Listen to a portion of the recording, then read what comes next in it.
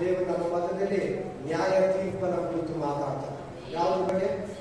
Judgment.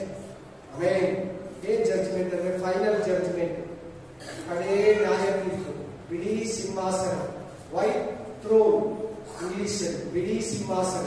ಬಿಡಿ ಸಿಂಹಾಸನ ಕಡೆ ನ್ಯಾಯ ತೀರ್ಪನ್ನ ತೋರಿಸ್ತದೆ. ಏನನ್ನ ತೋರಿಸ್ತದೆ?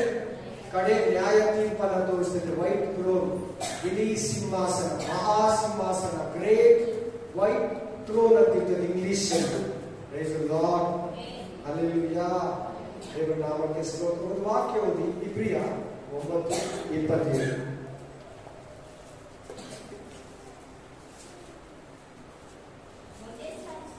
ಒಂದೇ ಸಾರಿ ಸಾಯುವುದು. ಇಬ್ರು ಚಾಪ್ಟರ್ 9:27. Price the lord. ಕೈ ವಾಕ್ಯ ಕೇಳಬೇಕಲ್ಲ, ಎಲ್ಲ ಕೈ ಕಟ್ಕೊಂಡು ವಾಕ್ಯ ಕೇಳಿ. ಒಂದೇ ಸಾರಿ ಸಾಯುವುದು, ಆಮೇಲೆ ನ್ಯಾಯ ತೀರ್ಪು. ಇಲ್ಲೇ ಇದೆ ನ್ಯಾಯ ತೀರ್ಪು, ಜಡ್ಜ್ಮೆಂಟ್. ಒಂದೇ ಸಾರಿ ಮನುಷ್ಯನಿಗೆ ಜನ್ಮ. 7 ಜನ್ಮ ಇಲ್ಲ, 7 ತಲೆ ಇಲ್ಲ, 7 ಜೀವಿಗಳಿಲ್ಲ. ಹೋದ ಕಾಲದಲ್ಲಿ, ಹೋದ ಜನ್ಮದಲ್ಲಿ ನಾನು ನಾಯ ಹುಟ್ಟಿದ್ದೆ, ಬೆಕ್ಕಾಗ್ಬಿಟ್ಟಿದ್ದೆ, ಆಮೇಲೆ ಹಾವಾಗ್ಬಿಟ್ಟಿದ್ದೆ, ಆಮೇಲೆ ಈ ಕಾಲದಲ್ಲಿ ಮನುಷ್ಯನಾಗ್ಬಿಟ್ಟಿದ್ದೀನಿ, ನೆಕ್ಸ್ಟ್ ನಾನು ಏನಾಗ್ಬಿಡ್ತೀನೋ ಗೊತ್ತಿಲ್ಲ, ಆಮೇಲೆ ಅಂತ ಹೇಳ್ಬಿಟ್ಟು ಜನಗಳು ಮಾತಾಡ್ತಾರೆ. ಒಂದೇ ಸಾರಿ ಜನ್ಮ, ಒಂದೇ ಸಾರಿ ಸಾವು, ಆಮೇಲೆ ನ್ಯಾಯ ತೀರ್ಪು ಅಷ್ಟೇ. ಇಲ್ಲ ನಿತ್ಯ ಜೀವ, ಇಲ್ಲಾಂದ್ರೆ ನಿತ್ಯ ನರಕ, ಇಟರ್ನಲ್ ಲೈಫ್, ಇಲ್ಲಾಂದ್ರೆ ಎಲ್ಲೋ ಗೆಹನ್ನ ಅಂತಾರೆ ಗ್ರೀಕ್ ಭಾಷೆಯಲ್ಲಿ ನರಕನ. Price the lord. ಎರಡನೆಯ ಮರಣ ಅಂತಾರೆ ಅದನ್ನ. ಇಬ್ರಿಯ ಭಾಷೆ 9:27 ಕ್ಲೀನ್ ಆಗಿ ಹೇಳ್ತಾನೆ, ಒಂದೇ ಸಾರಿ ಹುಟ್ಟು, ಒಂದ್ ಸಾರಿ ಜನ್ಮ ಇರ್ತಾನೆ ಮನುಷ್ಯ, ಒಂದೇ ಸಾರಿ ಸಾವು, ಒಂದೇ ಸಾರಿ ನ್ಯಾಯ ತೀರ್ಪು. 2-3 ಸಾರಿ ನ್ಯಾಯ ತೀರ್ಪಿರಲ್ಲ. ಕೋರ್ಟಲ್ಲಿ ಒಂದು ಕೇಸ್ಗೆ, ಒಂದು ವಿಷಯಕ್ಕೆ ಎಷ್ಟೋ ಕೇಸ್ಗಳಿರ್ತದೆ, ಎಷ್ಟೋ ಕೇಸ್ಗಳು ಅಟೆಂಡ್ ಮಾಡ್ಬೇಕು, ಲಾಯರ್ ಹತ್ರ ಹೋಗ್ತಾನೆ ಇರ್ಬೇಕು. ಕೋರ್ಟ್ಗೆ ಹೋಗಿ ಎಷ್ಟೋ ವರ್ಷಗಳಾದ್ಮೇಲೆ ಅದು ನಮ್ಗೆ ಪಾಸ್ ಫೇಲ್ ಜಡ್ಜ್ಮೆಂಟ್ ಬರುತ್ತೆ. ಬಟ್ ದೇವ್ರಂಗಲ್ಲ, ಎಲ್ಲಾರ್ಗೂ ಒಂದೇ ಸಾರಿ ನ್ಯಾಯ ತೀರ್ಪು, ಒಂದೇ ಸಾರಿ, ಓನ್ಲಿ ಒನ್ ಟೈಮ್, ಇನ್ನು ಜಾಸ್ತಿ ಇಲ್ಲ. ಹಲ್ಲೆಲೂಯಾ. ನೋಡೋಣ ಇವತ್ತು ನ್ಯಾಯ ತೀರ್ಪು ಎಲ್ಲಿ ಇರ್ತದೆ. ಪ್ರಕಟಣೆ ಗ್ರಂಥ ಬನ್ನಿ, ಪ್ರಕಟಣೆ ಗ್ರಂಥ 20ನೇ ಅಧ್ಯಾಯ 11-15. Revelation chapter 20:11-15. ಆಮೇಲೆ ಬೆಳ್ಳಗಿರುವ ಮಹಾಸಿಂಹಾಸನವನ್ನು, ಅದರ ಮೇಲೆ ಕೂತಿದ್ದಾತನನ್ನು ಕಂಡೆನು. ನೋಡಿ ನೋಡಿ, ಅಲ್ಲಿ ವಾಕ್ಯದಲ್ಲಿದೆ. ಈ ವಾಕ್ಯ ನೆರವೇರಿಸೋದಕ್ಕೆ ಏನೇನಾಗಿರ್ತದೆ ಗೊತ್ತಾ? ಪ್ರತಿಯೊಬ್ಬರು ಕೇಳಿಸ್ಕೊಳ್ಳಿ, ಚೆನ್ನಾಗಿ ಗಮನ ಕೊಟ್ಟು ಕೇಳಿ, ಯಾವುದು ಯೋಚಿಸ್ತೀರಾ ಕೇಳಿ. ಈ ಸಿಂಹಾಸನ ಬರೆಸೋದಕ್ಕೆ ಈಗಿರೋದ್ರಿಂದ ಹೇಳ್ತೀನಿ, ಎತ್ತಲ್ಪಡೋದು ನೆರವೇರ್ಬೇಕು, ರ್ಯಾಪ್ಚರ್ ಇಂಗ್ಲಿಷಲ್ಲಿ. ಎರಡನೇದು 7 ವರ್ಷ ಉಪದ್ರವ ಕಾಲ ಬರಬೇಕು, ಇಂಗ್ಲಿಷಲ್ಲಿ 7 years tribulation period. 3rd stage. ಆಮೇಲೆ ಅರ್ಗದೊಂದು ಯುದ್ಧ ನಡಿಬೇಕು, 4th ಸ್ಟೇಜ್. ಆಮೇಲೆ 1000 ವರ್ಷ ಆಳ್ವಿಕೆ ಆಗ್ಬೇಕು ಭೂಮಿಯಲ್ಲಿ. ಆಮೇಲೆ ಗೋಗ್ ಮಗೋಗ್ ವಾರ್ ಯುದ್ಧ ನಡಿಬೇಕು. ಆಮೇಲೆ ಈ ಬಿಳಿ ಸಿಂಹಾಸನ, ವೈಟ್ ಥ್ರೋನ್ ಜಡ್ಜ್ಮೆಂಟ್ ನಡೀತೈತೆ. ಇದು ವೈಟ್ ಅಂದ್ರೆ ನಿಮ್ಗೆ ಒಂದು ಆಶ್ಚರ್ಯ ಏನಂತ ಇದರಲ್ಲಿ ಇಟ್ಟಿದ್ದಾರೆ ಅಂದ್ರೆ, ದೇವರು ಆ ಬಿಳಿ ಸಿಂಹಾಸನ ನ್ಯಾಯವನ್ನ ತೀರಿಸ್ತದೆ, ಕರೆಕ್ಟ್ ಆಗಿ ನ್ಯಾಯವಾಗಿ. ಆ ವೈಟ್ ಯಾಕಲ್ಲಿ ಇಟ್ಟಿದ್ದಾನೆ ಅಂದ್ರೆ, ವಾಕ್ಯ ಪ್ರಕಾರ ಕರೆಕ್ಟ್ ಆಗಿ ಏನು ಅನ್ಯಾಯ ಇದ್ದೀರಾ ಈ ಲೋಕದ ಕೋರ್ಟ್ ಅಲ್ಲಿ, ಸುಪ್ರೀಂ ಕೋರ್ಟ್ ಅಲ್ಲಿ, ಹೈಕೋರ್ಟ್ ಅಲ್ಲಿ, ಲೇಬರ್ ಕೋರ್ಟು, ಮೇಯರ್ ಕೋರ್ಟು, ಬಹಳ ಕೋರ್ಟ್ಗಳಿದೆಲ್ಲ, ಒಂದೊಂದು ಡಿಸ್ಟ್ರಿಕ್ಟ್ ಒಂದೊಂದು ಕೋರ್ಟು, ಒಂದು ಕೋರ್ಟ್ ಅಲ್ಲಿ ಕೂಡ ನ್ಯಾಯ ತೀರ್ಪುಗಳಿರ್ತೈತೆ. Price the lord. ಆಮೇಲೆ ಅಲ್ಲಿ ಬೇಕಾದ್ರೆ ಅಪರಾಧಿಗೆ ನಿರಪರಾಧಿಯಾಗಿ, ನಿರಪರಾಧಿಗೆ ಅಪರಾಧಿಯಾಗಿ ತೀರ್ಪು ಆಗ್ಬೋದು. ಈ ಜಡ್ಜ್ಮೆಂಟ್ ಅಲ್ಲಿ ಬಿಳಿ ಸಿಂಹಾಸನ ಅಂದ್ರೆ ನೀತಿ, ನ್ಯಾಯ, ಸತ್ಯ ತುಂಬಿರ್ತೈತೆ. ಅದಕ್ಕೆ ಅಲ್ಲಿ ಬಿಳಿ ಸಿಂಹಾಸನವನ್ನ ಯೋಹಾನನಿಗೆ ದೇವರು ದರ್ಶನದಲ್ಲಿ, ಪದೋಸ್ ದೀಪದಲ್ಲಿ ದರ್ಶನದಲ್ಲಿ ತೋರಿಸ್ತಾ ಇದ್ದಾನೆ. ಬಿಳಿ ಸಿಂಹಾಸನದ ಮೇಲೆ ಕೂತಿದ್ದಾನೆ, ಅದು ಮಹಾ ಬಿಳಿ ಸಿಂಹಾಸನ, ಮಹಾ ಗ್ರೇಟ್, ಅದರ ಮೇಲೆ ಕೂತಿದ್ದಾನೆ. ಏನದು? ಇಷ್ಟು ಒಂದು ಕ್ರಿಯೆ ಜಗದ ಮೇಲೆ ಫೈನಲ್ ಜಡ್ಜ್ಮೆಂಟ್, ಫೈನಲ್ ಅಂದ್ರೆ ಫೈನಲ್, ಇನ್ನೇನು ಇರೋದಿಲ್ಲ, ಯಾವುದು ಇರೋದಿಲ್ಲ. ಒಂದೊಂದು ಕೂಡ ಕ್ಲಿಯರ್ ಆಗಿ ದೇವರ ಆಲೋಚನೆ ಪ್ರಕಾರ ಇದುವರೆಗೂ ನಡೀತಾ ಬರ್ತಾ ಇದೆ. ಎಷ್ಟು ಜನ ಭೂಮಿಯಲ್ಲಿ ಹುಟ್ಟಿದಾರೋ ಅವರೆಲ್ಲ ದೀರ್ಘ ನಿದ್ರೆಯಲ್ಲಿದ್ದಾರೆ. ಎಲ್ಲಿದ್ದಾರೆ? ದೀರ್ಘ ನಿದ್ರೆಯಲ್ಲಿದ್ದಾರೆ. ಪಾಪಿಗಳೆಲ್ಲ ಪಾತಾಳದಲ್ಲಿದ್ದಾರೆ, ಪರಿಶುದ್ಧರೆಲ್ಲ ಪ್ಯಾರಡೈಸ್ ಪರದೇಶಿಯಲ್ಲಿದ್ದಾರೆ. ಯಾರಿಗೂ ತೀರ್ಪಾಗಲಿಲ್ಲ, ಇನ್ನು ಯಾರಿಗೂ ಜಡ್ಜ್ಮೆಂಟ್ ಆಗಿಲ್ಲ, ಯಾರಿಗೂ ಫೈನಲ್ ಸ್ಟೇಜ್ ಬಂದಿಲ್ಲ, ಯಾರಿಗೂ ಇನ್ನು ನರಕನ ಪರಲೋಕನ ನಿತ್ಯ ಜೀವನ, ನಿತ್ಯ ನರಕನ ನಿತ್ಯ ಜೀವನ, ಎರಡನೇ ಮರಣನ ಒಬ್ಬರಿಗೂ ಇನ್ನೂ ಇಲ್ಲ, ಯಾರಿಗೂ ಇಲ್ಲ. ನಿದ್ರೆಯಲ್ಲಿದ್ದಾರೆ ಎಲ್ಲರೂ, ಪ್ರತಿಯೊಬ್ಬರು ಮಲಗಿದ್ದಾರೆ. ಆಮೇಲೆ ಯೇಸು ಕ್ರಿಸ್ತನು ಮಧ್ಯಾಕಾಶದಲ್ಲಿ ಬರ್ತಾನೆ ಸಭೆಗಾಗಿ. ಆಗ ಕರ್ತನಲ್ಲಿರೋ ಸಮಾಧಿಗಳು ಮಾತ್ರ ತೆರೆಯಲ್ಪಡ್ತದೆ. ಹೇಳಿ ಎಲ್ಲರೂ, ಯಾರ ಸಮಾಧಿಗಳು? ಕರ್ತನ ಭಕ್ತರ ಸಮಾಧಿಗಳು ತೆರೆಯಲ್ಪಡ್ತದೆ.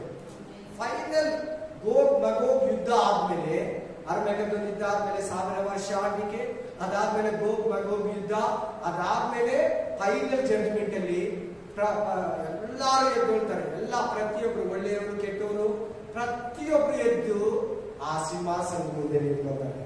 ಅದಕ್ಕೆ ವಾಕ್ಯ ಯಾಕೆ ನೋಡಿ, ಯೋಹಾನ 5ನೇ ಅಧ್ಯಾಯ 22, 28 ಎರಡು ವಚನಗಳನ್ನು ಓದಿ.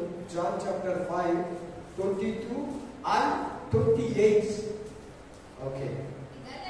ಇದಲ್ಲದೆ ತಂದೆಯು ಯಾರಿಗೂ ತೀರ್ಪು ಮಾಡುವುದಿಲ್ಲ, ತೀರ್ಪು ಮಾಡುವ ಅಧಿಕಾರವೆಲ್ಲ ಮಗನಿಗೆ ಕೊಟ್ಟಿದೆ. ಯಾರು ನ್ಯಾಯ ತೀರ್ಪು? ಯಾರ ಮೇಲೆ? ಆ ಬಿಳಿ ಸಿಂಹಾಸನದ ಮೇಲೆ ಕೂತಿರೋದು ಜೀಸಸ್ ಕ್ರೈಸ್ಟ್, ಕರ್ತನಾದ ಯೇಸು ಕ್ರಿಸ್ತನು. ತಂದೆಯಾದ ದೇವರು ಯಾರು ಕೊಟ್ಟಿದ್ದಾರೆ? ನೀನೇ ಈ ಲೋಕದಲ್ಲಿ ಹುಟ್ಟಿ ಬೆಳೆದಿರೋ ಪ್ರತಿ ಪರಿಶುದ್ಧರಿಗೂ, ನೀತಿವಂತರಿಗೂ, ಅನೀತಿವಂತರಿಗೂ, ಆಮೇಲೆ ಒಳ್ಳೆಯವರಿಗೂ ಕೆಟ್ಟವರಿಗೂ ನ್ಯಾಯ ಮಗನೇ ನೀನೇ ತೀರಿಸು. ನೀನು ನೀತಿ ನ್ಯಾಯಾಧಿಪತಿ. ಆಯ್ತಾ? ಅದರಲ್ಲಿ 28ನೇ ವಚನ ಓದಿ. 28. ಅದಕ್ಕೆ ಆಶ್ಚರ್ಯ ಪಡಬೇಡಿ, ಸಮಾಧಿಗಳಲ್ಲಿರುವವರೆಲ್ಲ ಆತನ ಧ್ವನಿಯನ್ನು ಕೇಳಿ ಎದ್ದು ಹೊರಗೆ ಬರುವ. ಏನಂತೆ? ಸಮಾಧಿಗಳಲ್ಲಿರುವವರೆಲ್ಲ, ಎಷ್ಟು ಜನ ಸಮಾಧಿಯಲ್ಲಿದ್ದಾರೋ ಅವರೆಲ್ಲರೂ ಕೂಡ ಎದ್ದು ಹೊರಗೆ ಬರ್ತಾರೆ. ಯಾರು ಬರಲ್ಲ, ಯಾರು ಬರೋಕ್ಕಾಗೋದಿಲ್ಲ, ಅವ್ರಿವ್ರ ಹೆಸರಲ್ಲಿ ಬರ್ತಾರೆ ಅಷ್ಟೇ. ಆ ಹೆಸರಲ್ಲಿ ಈ ಹೆಸರಲ್ಲಿ ಸೈತಾನ ಬರ್ತಾನೆ ಹೊರತು, ಅವನ ಅನುವಾಯಿಗಳು ಬರ್ತಾರೆ ಹೊರತು ಬೇರೆ ಯಾರು ಬರಲ್ಲ. ಎಲ್ಲ ದೀರ್ಘ ನಿದ್ರೆಯಲ್ಲಿದ್ದಾರೆ. ಏನಕ್ಕಂತೆ ಅಲ್ಲಿ ಸ್ಪಷ್ಟವಾಗಿ ವಾಕ್ಯ ಹೇಳ್ತದೆ. ಎಲ್ಲರಿಗೂ ಏನೇನು ಅರ್ಥ ಆಯ್ತು ಹೇಳಿ? ಎಲ್ಲರಿಗೂ ಏನ್ ಅರ್ಥ ಆಯ್ತು ಹೇಳಿ? ವಾಕ್ಯ ಹೋದ ಮೇಲೆ ಸರಿ ಎಲ್ಲರೂ ಕೇಳಿಸ್ಕೊಳ್ಳಿ. ಅದಕ್ಕೆ ಆಶ್ಚರ್ಯ ಪಡಬೇಡಿರಿ, ಸಮಾಧಿಗಳಲ್ಲಿರುವವರೆಲ್ಲ. ಯಾರ ಧ್ವನಿ? ಮನುಷ್ಯ ಕುಮಾರನ ಧ್ವನಿ, ಯೇಸು ಕ್ರಿಸ್ತನ ಧ್ವನಿ, ತುಂತುರಿಯ ಧ್ವನಿ, ಯೇಸು ಕ್ರಿಸ್ತನ ಧ್ವನಿಯನ್ನು ಕೇಳಿ ಎದ್ದು ಹೊರಗೆ ಬರುವ ಕಾಲ ಬರ್ತದೆ. ಇನ್ನು ಬಂದಿಲ್ಲ. ಇನ್ನು ಎಲ್ಲ ಹೇಳಿ, ಇನ್ನು ಬಂದಿಲ್ಲ. ಈ ವಾಕ್ಯ ಕೂಡ ಇನ್ನು ನೆರವೇರಲಿಲ್ಲ, ನೆರವೇರ್ತದೆ. ಆಮೇಲೆ ಒಂದ್ ವೇಳೆ ಇವತ್ತೇ ರಾಪ್ಚರ್ ಬರವಿಕೆ ಆದ್ರೆ ಎತ್ತಲ್ಪಡೋದು ನೋಡಿದ್ರೆ 1007 ವರ್ಷ ಬಿಟ್ಟು ಈ ವಾಕ್ಯ ನೆರವೇರ್ತದೆ.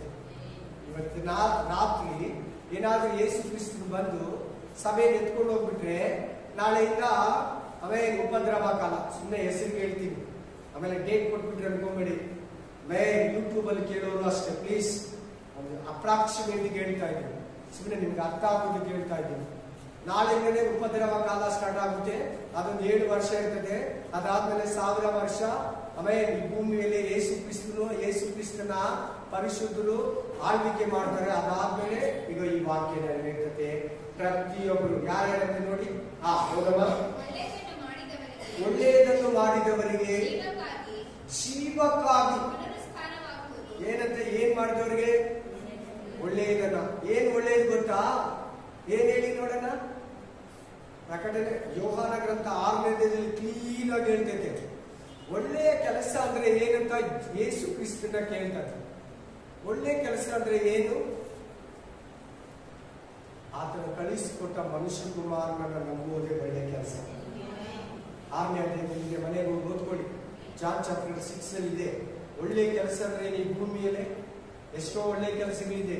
ದಾನ ಧರ್ಮ ಇದೆ, ಸಹಾಯ ಮಾಡೋದಿದೆ, ಇನ್ನೊಬ್ಬರಿಗೆ ಕೃಪೆ ತೋರಿಸೋದಿದೆ, ಇನ್ನೊಬ್ಬರಿಗೆ ನೀರು ಕೊಡೋದಿದೆ, ಊಟ ಕೊಡೋದಿದೆ, ಬಟ್ಟೆ ಕೊಡೋದಿದೆ, ಆಮೇಲೆ ಸುವಾರ್ತೆ ಹೇಳೋದಿದೆ, ಸೇವೆ ಮಾಡೋದಿದೆ, ಆಮೇಲೆ ಎಲ್ಲ ಇದೆ. ತುಂಬಾ ಕೆಲಸಗಳಿದೆ. ತುಂಬಾ ಒಳ್ಳೆ ಕೆಲಸ ಏನಂದ್ರೆ ಯೇಸುವನ್ನ ನಂಬೋದು. ಓದ್ಕೊಳ್ಳಿ ಮನೆಗೆ ಹೋಗ್ಬಿಟ್ಟು. ಒಳ್ಳೆ ಕೆಲಸ ಏನಂತ ಕೇಳಿದ್ರೆ ಏನಂತ, ಯೇಸು ಕ್ರಿಸ್ತನು ಆತನು ಕಳಿಸಿಕೊಟ್ಟ ಯೇಸುವನ್ನ ನಂಬೋದೇ ಒಳ್ಳೆಯ ಕೆಲಸ. ಹೇಳಿ ನೀವೆಲ್ಲ ಇವಾಗ ಈ ಭೂಮಿಯಲ್ಲಿ ಒಳ್ಳೆ ಕೆಲಸ ಏನು? ಎಲ್ಲಾರು ಹೇಳಿದ್ರೆ ನಾನು ಬರೋ ಚೆನ್ನಾಗಿ. ಯಾಕಂದ್ರೆ ಆಲಸ್ಯ ಮಾಡ್ತೇನೆ ಗೊತ್ತಾನೆ. ನಾನು ಹೇಳೋದಂತ ಹೇಳಿ ಎಲ್ಲಾರು ಇವಾಗ ಏನ್ ಮಾಡಿದ್ರೆ ಇನ್ನು ಎಲ್ಲಾರು ಹೇಳಿ. ಈ ಕಡೆ ಸೌದೆ ಇಲ್ಲ, ಎಲ್ಲಾರು ಹೇಳಿ ಒಟ್ಟಿಗೆ ಯೇಸು ಕ್ರಿಸ್ತನನ್ನು ನಂಬೋದೇ ಒಳ್ಳೆಯ ಕೆಲಸ. ಒಳ್ಳೆಯದನ್ನು ಮಾಡಿದವರಿಗೆ ಏನಕ್ಕೆ ಪುನರುತ್ಥಾನ ಆಗ್ತಾರಂತವರು? ರಿಜರೆಕ್ಷನ್, ಜೀವವನ್ನ ಹೊಂದೋದಕ್ಕೆ. ಆಮೇಲೆ ಕೆಟ್ಟದ್ದನ್ನ ಮಾಡಿದವರಂತಿದೆ ನೋಡಿ. ಏನನ್ನ ನಡೆಸಿದವರಿಗೆ? ಕೆಟ್ಟದ್ದನ್ನ ನಡೆಸಿದವರಿಗೆ ತೀರ್ಪಿಗಾಗಿ ಪುನರುತ್ಥಾನವಾಗುವುದು. ಯೇಸುವನ್ನ ನಂಬಿರೋದೇ, ಸುವಾರ್ತೆಯನ್ನು ನಂಬಿದಿರೋದೇ, ರಕ್ಷಣೆಯನ್ನ ಬೇಡ ಅಂದಿದೆ, ಯೇಸು ಕ್ರಿಸ್ತನ್ ಬೇಡ ಅಂದಿದೆ ಕೆಟ್ಟ ಕೆಲಸ. ಈ ಭೂಮಿಯಲ್ಲಿ ತುಂಬಾ ಕೆಟ್ಟ ಕೆಲಸ ಅಂದ್ರೆ ಯೇಸುವನ್ನ ನಂಬಿರೋದು. Hallelujah, amen, hallelujah. ಸತ್ಯವನ್ನ ಹುಡುಕಿದ್ದೀರಾ, ನೀತಿಯ ಮಾರ್ಗವನ್ನ ಹುಡುಕಿದ್ದೀರಾ, ನಿಜವಾದ ಮಾರ್ಗವನ್ನ ಹುಡುಕಿದ್ದೀರಾ, ಸತ್ಯ ದೇವರನ್ನ ಹುಡುಕಿದ್ದೀರಾ. ಅನ್ಯಾಯವಾಗಿ ಜೀವಿಸಿ, ಲೋಕ ಸಂಬಂಧವಾಗಿ ಜೀವಿಸಿ, ಮನಸ್ಸಿಗೆ ಬಂದಂಗೆ ತೋಚಿ, ಆಮೇಲೆ ಇಷ್ಟ ಬಂದಂಗೆ ತಿಂದು ಕುಡಿದು ತೇಗಿ, ಆಮೇಲೆ ಸಂತೋಷ ಪಟ್ಟು, ಆಮೇಲೆ ಯೇಸುವನ್ನ ನಂಬಿದಿರಾ, ಸುವಾರ್ತೆಯನ್ನು ಸ್ವೀಕಾರ ಮಾಡ್ಕೊಂಡಿರಾ, ಪಾಪದಲ್ಲೇ ಹುಟ್ಟಿ ಪಾಪದಲ್ಲೇ ಸತ್ತೋಗೋದೇ ಕೆಟ್ಟ ಕೆಲಸ. ಇರೋ ಭೂಮಿಯಲ್ಲಿ ಎಲ್ಲಾ ಕೆಲಸಗಳಿಗಿಂತ ಕೆಟ್ಟ ಕೆಲಸ ಅದೇ. ಇಲ್ಲೇ ಕ್ಲೀನ್ ಆಗಿ ಹೇಳ್ತಾ ಇದೆ ನೋಡಿ. ಯೇಸುವನ್ನ ನಂಬಿರೋರ್ಗೆ ಪುನರುತ್ಥಾನ ಏನಕ್ಕಾಗುತ್ತೆ? ರಿಜರೆಕ್ಷನ್, ನಿತ್ಯ ಜೀವ, ಎಟರ್ನಲ್ ಲೈಫ್, ನಿತ್ಯ ಜೀವ. ನಿರಂತರವಾಗಿರ್ತಾರೆ, ಪರ್ಮನೆಂಟ್ ಆಗಿರ್ತಾರೆ. ಇನ್ನು ಅವರಿಗೆ ಸಾವಿಲ್ಲ, ಇನ್ನು ಅವರಿಗೆ ಮರಣ ಇಲ್ಲ, ಇನ್ನು ಅವರಿಗೆ ಸೈತಾನ ಇಲ್ಲ, ಇನ್ನು ಅವರಿಗೆ ಲೋಕ ಇಲ್ಲ, ಇನ್ನು ಅವರಿಗೆ ರೋಗ ಇಲ್ಲ, ಇನ್ನು ಅವರಿಗೆ ಹಸಿವೆ ಇಲ್ಲ, ಇನ್ನು ಅವರಿಗೆ ನೀರಡಿಕೆ ಇಲ್ಲ, ಇನ್ನು ಅವರಿಗೆ ಫ್ಯಾಮಿಲಿ ಇರಲ್ಲ, ಇನ್ನು ಅವ್ರಿಗೆ ಕೆಲಸ ಹೋಗ್ಬೇಕನ್ನೋದಿರಲ್ಲ, ಇನ್ನು ಅಲ್ಲಿ ಅವರಿಗೆ ಭಯ ಇರಲ್ಲ. ನಿತ್ಯ ಜೀವ. ಕೆಟ್ಟದ್ದನ್ನು ನಡೆಸುವವರಿಗೆ ನಿತ್ಯ ನರಕ. ಹಲ್ಲೆಲೂಯಾ. ಅಲ್ಲಿ ಉಳ್ಳ ಕಚ್ತೈತೆ, ಸಾಯಲ್ಲ, ಬೆಂಕಿ ಉರಿತಾ ಇರ್ತದೆ, ಸುಟ್ಟೋಗಲ್ಲ. ಸುಟ್ಟೋಗ್ದಿರೋ ಬಾಡಿ ಹೆಂಗಿರ್ತೈತೆ? ಎಂತ ಬೆಂಕಿಗಾದ್ರೂ 1 ಅವರ್ ಮೇಲೆ ಸುಟ್ಟು ಕರಕಲಾಗ್ಬಿಡ್ತೈತೆ. ಈ ಬೆಂಕಿ, ನರಕದ ಬೆಂಕಿ ಭಯಂಕರವಾಗಿರ್ತೈತೆ. ಈ ಪುನರುತ್ಥಾನ ಅಂತಿದೆ ನೋಡಿ, ರಿಜರೆಕ್ಷನ್ ಅಂತಿದೆ ನೋಡಿ. ಅಲ್ಲಿ ಪದ ಒಳ್ಳೆಯವ್ರಿಗೂ ರಿಜರೆಕ್ಷನ್ ಇದೆಯಾ? ಕೆಟ್ಟವ್ರಿಗೆ ಇದೆಲ್ಲ. ಅಲ್ಲಿ ಪುನರುತ್ಥಾನ ಅಂತಿದೆ ನೋಡಿ, ಪದ ನೋಡಿ. ಅಲ್ಲಿ ಇಬ್ಬರಿಗೂ ಪುನರುತ್ಥಾನ ಅಂತಿದೆ ನೋಡಿ. ಅಲ್ಲಿ ನೋಡ್ತಾ ಇಲ್ಲ ಸರಿಯಾಗಿ. ಕೆಟ್ಟವ್ರಿಗೂ ಪುನರುತ್ಥಾನ ಅಂತಿದೆ, ಒಳ್ಳೆಯವ್ರಿಗೂ ಪುನರುತ್ಥಾನ ಅಂತಿದೆ. ಆ ಪದ ಅಲ್ಲಿ ಸ್ಪೆಷಲ್. ಇಬ್ಬರಿಗೂ ಪುನರುತ್ಥಾನ ಇದೆ. ಅರ್ಥ ಆಗ್ತಲ್ಲ ನಿಮ್ಗೆ? ಆ ಪುನರುತ್ಥಾನ ಅಂದ್ರೆ ಏನ್ ಗೊತ್ತಾ? ನಮ್ಮ ಬಾಡಿ ಶೇಪ್ ಚೇಂಜ್ ಆಗುತ್ತೆ. ಆಮೇಲೆ ಯುಗ ಯುಗಾಂತರಗಳಿಗೆ ನಿತ್ಯ ಜೀವಕ್ಕೆ ಹೋಗೋ ಬಾಡಿ ನಮಗೆ ಮೇಲೆ ಸಿಕ್ಬಿಡ್ತದೆ. ಹಂಗೆ ನಿತ್ಯ ನರಕದಲ್ಲಿ ಗುರಿಯೋ ಬಾಡಿ. ಆಮೇಲೆ ಇಂಗ್ಲಿಷ್ ಅಲ್ಲಿ ಕೊಟ್ಟಿದ್ದಾರೆ, ಇನ್ಪೆರಿಷಬಲ್ ಬಾಡಿ ಅಂತ ಕೊಟ್ಟಿರ್ತಾರೆ. ಅಂದ್ರೆ ಮಹಿಮೆಯ ವಸ್ತ್ರವನ್ನ ಧರಿಸಿಕೊಂಡಿರೋ ಬಾಡಿ. ಯಾವಾಗ್ಲೂ ಎಟರ್ನಲ್, ಶಾಶ್ವತವಾಗಿ, ಚಿರಂಜೀವಿಯಾಗಿ, ನಿತ್ಯಕ್ಕೂ ಯುಗ ಯುಗಾಂತರಗಳಿಗೂ ಶಾಶ್ವತವಾಗಿರುವುದು. ಅದೇ ರೀತಿ ಆಪೋಸಿಷನ್. ಕೆಟ್ಟೋರ್ಗೆ ಏನಕ್ಕೆ ಪುನರುತ್ಥಾನ ಆಗುತ್ತಂದ್ರೆ, ಕೆಟ್ಟೋರು ಯಾಕೆ ಎದ್ದೇಳ್ತಾರೆ ಅಂದ್ರೆ ಸಮಾಧಿಗಳಿಂದ ಹೋಗಿ ನ್ಯಾಯ ತೀರ್ಪಲ್ಲಿ ನಿಂತ್ಕೊಳ್ಳೋದಕ್ಕೆ. ಏನಕ್ಕೆ? ನ್ಯಾಯ ತೀರ್ಪಲ್ಲಿ ಯಾಕೆ ನಿಲ್ಬೇಕು? ಡೈರೆಕ್ಟ್ ಆಗಿ ನರಕಕ್ಕೆ ಕೊಡ್ಬೋದಲ್ವಾ? ಮಾತಾಡಿದ ಡೈರೆಕ್ಟ್ ಆಗಿ ನರಕಕ್ಕೆ ಕಳಿಸ್ಬಿಡ್ಬೋದಲ್ಲ? ಯಾಕೆ ತಂದು ಮುಂದೆ ನಿಲ್ಲಿಸ್ಕೊತಾನೆ? ಯಾಕೆ ತಂದು ನಿಲ್ಲಿಸ್ಕೊಬೇಕು? ಅವ್ರು ಕೆಟ್ಟೋರ್ತಾನೆ, ಸುವಾರ್ತೆ ನಂಬಲಿಲ್ಲಲ್ಲ, ಎಲ್ಲಾ ಅಸಹ್ಯ ಕಾರ್ಯಗಳು ಭೂಮಿಯಲ್ಲಿ ಮಾಡಿದ್ರಲ್ಲ, ಡೈರೆಕ್ಟ್ ಆಗಿ ನರಕ ಅಂತ ಹೇಳಿಬಿಡ್ಬೋದಲ್ಲ? ಯಾಕೆ ನ್ಯಾಯ ತೀರ್ಪಿಗೆ ತಗೊಂಡ್ಬರ್ಬೇಕು? ಒಂದು ಪೊಲೀಸರು ಇಟ್ಕೊಂಡು ಹೋಗಿ ಡೈರೆಕ್ಟ್ ಆಗಿ ಯಾಕೆ ಜೈಲಿಗೆ ಹಾಕಲ್ಲ? ಪೊಲೀಸ್ ಸ್ಟೇಷನ್ ಕರ್ಕೊಂಡು ಹೋಗಿ ಅಲ್ಲಿ 24 ಗಂಟೆ ಇಟ್ಕೊಂಡು FIR ಇದು ಮಾಡಿ ಆಮೇಲೆ ಕೋರ್ಟಿಗೆ ಪ್ರೊಡ್ಯೂಸ್ ಮಾಡಿ ಸುಮಾರಷ್ಟು ಕೇಸ್ಗಳು ಓಡಾಡೋ ಮೇಲೆ ಅಪರಾಧಿನೋ ನಿರಪರಾಧಿನೋ ಅಂತ ತೀರ್ಪು ಮಾಡ್ತಾರೆ. ನಿಜನಾ? ಆಮೇಲೆ ಮನೆಗೆ ಹೋಗ್ಬೇಕಾ ಜೈಲಿಗೆ ಹೋಗ್ಬೇಕಂತ ಹೇಳ್ತಾರಲ್ವಾ? ಮರಣ ಶಿಕ್ಷೆನೋ ಜೀವಾವಧಿ ಶಿಕ್ಷೆನೋ ಇಲ್ಲ, ಅಲ್ಲೇ ಹ್ಯಾಂಗಿಂಗು ಜೀವ ಹತ್ಯೆನೋ ಏನೋ ಒಂದು ಕೊಡ್ತಾರೆ ಜಡ್ಜ್ಮೆಂಟ್. ಯಾಕೆ ಅಲ್ಲಿ ಇಟ್ಟಿರ್ತಾರೆ ನ್ಯಾಯ ತೀರ್ಪು? ನಿನ್ ತಪ್ಪೇನಂತ ಪ್ರೂವ್ ಮಾಡ್ಬೇಕು. ಪ್ರೂಫ್ ಆಗ್ದಿರಾ ಅಲ್ಲಿಗಂಗಿಲ್ಲ. ಈ ದೇವ್ರ ಹತ್ರ ಹಂಗಲ್ಲ. ಇಲ್ಲ, ಈ ದೇವ್ರು ನೋಡಿದ ತಕ್ಷಣ ನಾನು ತಪ್ಪು ಮಾಡ್ಬಿಟ್ಟಿದ್ದೀನಿ, ಈ ಕಡೆ ನಾನು ನಿಂತಿದ್ದೀನಿ ಅಂದ್ರೆ ಲೆಫ್ಟ್ ಸೈಡ್. ನೀವು ಮನೆಗೆ ಹೋಗಿ 25ನೇ ಅಧ್ಯಾಯ ಮತ್ತಾಯ ಗ್ರಂಥ ಮ್ಯಾಥ್ಯೂ ಚಾಪ್ಟರ್ 25 ಓದ್ಕೊಳ್ಳಿ. ಕೆಟ್ಟೋರು ಆಡುಗಳೆಲ್ಲ ಲೆಫ್ಟ್ ಸೈಡ್ ನಿಂತಿರ್ತಾರಂತೆ, ಕುರಿಗಳು ಬಲಗಡೆ ನಿಂತಿರ್ತಾರಂತೆ. ಆಮೇಲೆ ಅವ್ರ ಮುಖ ಎಲ್ಲ ಸಪ್ಪಗಿರ್ತದಂತೆ, ಅವ್ರು ಗೊತ್ತಾಗ್ಬಿಡ್ತದಂತೆ. ಯಾಕೆ ಗೊತ್ತಾ? ಯಾರನ್ನ ಸತ್ತೋದ್ರೆ ಹೋಗಿ ತಕ್ಷಣ ಗೊತ್ತಾಗುತ್ತಂತೆ, ನಾನು ಯೇಸುವನ್ನು ನಂಬಿದ್ರೆ ಚೆನ್ನಾಗಿದೆ ಭೂಮಿಯಲ್ಲಿ. ಇವತ್ತು ಯಾರು ಎಷ್ಟು ಜನ ಸತ್ತಿದ್ದಾರೆ ಗೊತ್ತಿಲ್ಲ. ಭೂಮಿಯಲ್ಲಿ ಎಷ್ಟು ಕೋಟಿ ಜನ ಸತ್ತಿದ್ದಾರೆ. ಪರಿಶುದ್ಧರು ಸತ್ತಿದ್ದಾರೆ, ಪಾಪಿಗಳು ಸತ್ತಿದ್ದಾರೆ, ಯೇಸುವನ್ನು ನಂಬಿರೋರು ಸತ್ತಿದ್ದಾರೆ, ನಂಬದೇರೋರು ಸತ್ತಿದ್ದಾರೆ. ಅವ್ರು ಸತ್ತೋಗ್ತಾರಲ್ಲ, ವಿತಿನ್ ಸೆಕೆಂಡ್ಗಳಲ್ಲಿ ಅವ್ರಿಗೆ ಗೊತ್ತಾಗ್ಬಿಡ್ತೈತೆ, ನಾನು ಯೇಸುವನ್ನು ನಂಬಿಲ್ಲ, ಪಾತಾಳದಲ್ಲಿ ಬಂದ್ಬಿಟ್ಟಿದ್ದೀನಿ, ಪರದೇಶಿಗೆ ಬಂದಿದ್ದೀನಿ, ಯೇಸುವನ್ನು ನಂಬಿದ್ದೀಗ ವಿಶ್ರಾಂತಿ ಸ್ಥಳದಲ್ಲಿ. Amen, hallelujah, amen. ವಿಶ್ರಾಂತಿ ಸ್ಥಳ, ಎಲೆ ಪಾದಗಳು ತಮಿಳಲ್ಲಿ. ಆಮೆನ್. ಒಂದು ರೆಸ್ಟ್ ಪ್ಲೇಸ್. ಏನ್ ಪ್ಲೇಸ್? ರೆಸ್ಟ್, ವಿಶ್ರಾಂತಿ ತಗೊಳ್ಳೋ ಸ್ಥಳ. Amen, hallelujah. ಸೊ ಆ ತರ ಗೊತ್ತಾಗ್ಬಿಡ್ತದೆ. ಹೋಗಿ ಮುಖ್ಯ ಮೊರೆ ಮಾಡ್ಕೊಂಡು ನಿಂತಿರ್ತಾರೆ. ಆಮೇಲೆ ಯಾಕೆ ನಿಂತ್ಕೊಬೇಕು ಅಂದ್ರೆ ಅವ್ರಿಗೆ ಯಾಕೆ ನಿನ್ಗೆ ಈ ಶಿಕ್ಷೆ, ಯಾಕೆ ನಿನಗೆ ನರಕ, ಯಾಕೆ ನೀನು ನನ್ನನ್ನು ನಂಬಲಿಲ್ಲ ಅಂತ ಅವ್ರಿಗೆ ರೀಸನ್ ಹೇಳ್ಬಿಟ್ಟು ಕಳಿಸ್ತಾರೆ. ಡೈರೆಕ್ಟ್ ಆಗಿ ಕಳ್ಸಲ್ಲ, ನರಕದೊಳಕ ಡೈರೆಕ್ಟ್ ಆಗಿ ಕಳ್ಸಲ್ಲ ಅವನ್ನ ಶಿಕ್ಷೆಗೆ. ಯಾಕೆ, ಕಾರಣ ಏನು, ನೀನ್ ಏನೇನ್ ತಪ್ಪು ಮಾಡಿದೆ ಇಲ್ಲ ಅಂತ ಹೇಳಿದ್ರೆ ದೇವರೇ ತೋರಿಸ್ತಾನೆ, ಹೇಳ್ಬಿಡ್ತಾನೆ, ಆಮೇಲೆ ಕಳಿಸ್ತಾನೆ.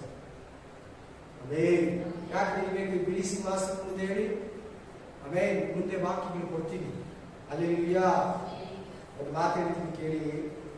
ಯೇಸು ಕ್ರಿಸ್ತನನ್ನ ಬೇಡ ಅಂದವರು, ಸುವಾರ್ತೆಯನ್ನ ಬೇಡ ಅಂದವರು, ರಕ್ಷಣೆಯನ್ನ ಬೇಡ ಅಂದವರು ಪ್ರತಿಯೊಬ್ಬರು ಕೂಡ ಸಪ್ಪೆ ಮೊರೆಯನ್ನು ಹಾಕೊಂಡು ಯೇಸು ಕ್ರಿಸ್ತನ ಮುಂದೆ ನಿಂತಿರ್ತಾರೆ. ಶಿಕ್ಷೆಯನ್ನ ಪಡ್ಕೊಳ್ಳೋದಕ್ಕೆ, ಶಿಕ್ಷೆಯನ್ನ ಅನೌನ್ಸ್ಮೆಂಟ್ ಮಾಡೋದಕ್ಕೆ ಹೋಗಿ ಯೇಸು ಕ್ರಿಸ್ತನ ಮುಂದೆ ನಿಲ್ಲಬೇಕಷ್ಟೇ. ಜಸ್ಟ್ ನೀನ್ ನರಕಕ್ಕೆ ಪಾತ್ರ, ನೀನು ಪಾಪಿಯಾಗಿ ಜೀವಿಸಿದೆ ಭೂಮಿಯಲ್ಲಿ. ನನ್ನನ್ನ, ನನ್ನ ಸುವಾರ್ತೆಯನ್ನ, ನನ್ನ ಸೇವಕರನ್ನ ನೀನ್ ನಂಬಿಲ್ಲ. ಹಲ್ಲೆಲೂಯಾ. ನೀನ್ ಇಷ್ಟ ಬಂದಂಗೆ ಬದುಕ್ದೆ. ಇಲ್ಲ, ನನಗೆ ಯಾರು ಹೇಳಿಲ್ಲ. ಅವತ್ತು ಬಂದ್ರಲ್ಲ, ಅವತ್ತು ಹೇಳಿದ್ರಲ್ಲ, ಅವ್ರು ಟ್ಯಾಕ್ಸ್ ಕೊಟ್ರಲ್ವಾ, ಏನ್ ಪ್ರಶ್ನೆ ಮಾಡ್ತಾರೆ ಗೊತ್ತಾ? ಎಲ್ಲ ಯಾವ ಪ್ರಶ್ನೆಗೂ ಅಲ್ಲಿ ಯೇಸು ಕ್ರಿಸ್ತನ ಹತ್ರ ಉತ್ತರ ಕೊಡೋಕೆ ಆಗಲ್ಲ. ಆಮೇಲೆ ನಿಮ್ಮಪ್ಪ ದೇವ್ರ ನಂಬಿದ, ನೀನ್ ಯಾಕೆ ನಂಬಲಿಲ್ಲ? ಆಮೇಲೆ ನಿಮ್ಮ ಮನೇಲಿ ನಿಮ್ಮ ಅಣ್ಣ ಹೋಗ್ತಾ ಇದೆ ಚರ್ಚಿಗೆ, ನೀನ್ ಯಾಕೆ ಹೋಗಿಲ್ಲ? ನಿಮ್ ತಾಯಿ ಹೋಗ್ತಾ ಇದೆ, ನಿಮ್ ತಾಯಿ ಸಾರಿ ಹೇಳಿದ್ರು, ನೀನ್ ಯಾಕೆ ಅಸಡ್ಡೆ ಮಾಡಿದೆ? ನನಗೆ ಯಾರು ಹೇಳಿಲ್ಲ ಅಂದ್ರೆ ನಿಮ್ ಪಕ್ಕದ ಮನೆಯವ್ರು ಹೋಗ್ತಾ ಇದ್ರಲ್ಲ, ಯಾವ್ದು ನಿಜ ಸತ್ಯ ಯಾವ್ದಂತ ನೀನು ಹುಡುಕ್ಬೇಕಾಗಿತ್ತಲ್ಲ ಮಾರ್ಗ.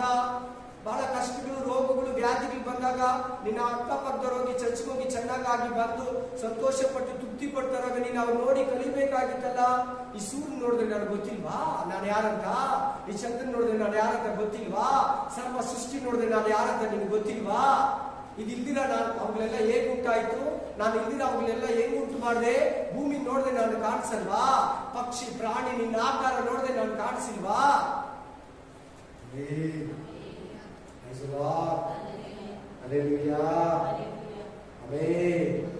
ನೇರವಾಗಿ ಜೈಲಿಗೆ ಕಳಿಸಲ್ಲ, ನೇರವಾಗಿ ನರಕಕ್ಕೆ ಕಳಿಸಲ್ಲ.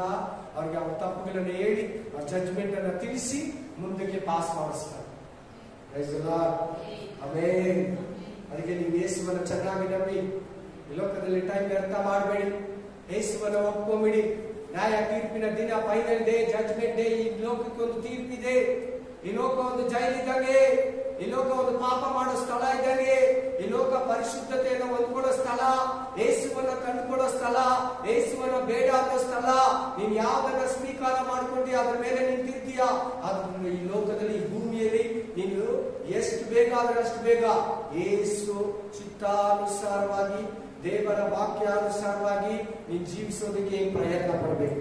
Hallelujah, amen, hallelujah, amen. ಈಗ ಇವತ್ತು ಭೂಮಿಯಲ್ಲಿ ಯಾರ್ಯಾರಿದ್ದಾರೆ? ಪೊಲೀಸ್ ಇದ್ದಾರೆ, ಜಡ್ಜ್ ಇದ್ದಾರೆ, ಮಂತ್ರವಾದಿದ್ದಾರೆ, ಪೂಜಾರಿಗಳಿದ್ದಾರೆ, ಪಾಸ್ಟ್ಗಳಿದ್ದಾರೆ, ಅನ್ಯ ಜನಗಳಿದ್ದಾರೆ, ಮುಸ್ಲಿಂ ಇದ್ದಾರೆ, ಕ್ರಿಶ್ಚಿಯನ್ ಇದ್ದಾರೆ, ಜೈನರಿದ್ದಾರೆ, ಬೌದ್ಧರಿದ್ದಾರೆ, ಸಿಖ್ರಿದ್ದಾರೆ, ಪಾಸ್ಟಿಯರಿದ್ದಾರೆ, ಎಲ್ಲ ಧರ್ಮದವರಿದ್ದಾರೆ, ರೌಡಿಗಳಿದ್ದಾರೆ, ವೇಷಿಗಳಿದ್ದಾರೆ, ಕೊಲೆಪಾತಕರಿದ್ದಾರೆ, ಲಂಚ ತಗೊಳ್ಳಿದ್ದಾರೆ. ಪ್ರತಿಯೊಬ್ಬರು ಕೂಡ ಯೇಸು ಕ್ರಿಸ್ತನ ಮುಂದೆ ನಿಲ್ಬೇಕು. ಜಡ್ಜ್ಗಳು ಯಾರು ಹೇಳಿ?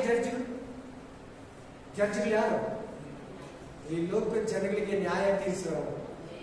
ಯಾರಿಗೆ? ಅವರು ಕೂಡ ಯೇಸು ಸ್ವಾಮಿ ಮುಂದೆ ನಿಲ್ಬೇಕು. ಅವ್ರು ನೀವು ತಿಳ್ಕೊಳ್ಳಿ, ಯೇಸು ಸ್ವಾಮಿ ಯಾರು? ಅಲ್ಲೆಲ್ಲೂ ಎಲ್ಲ ಅರ್ಥ ಆಗ್ತದೆ ನಿಮಗೆ?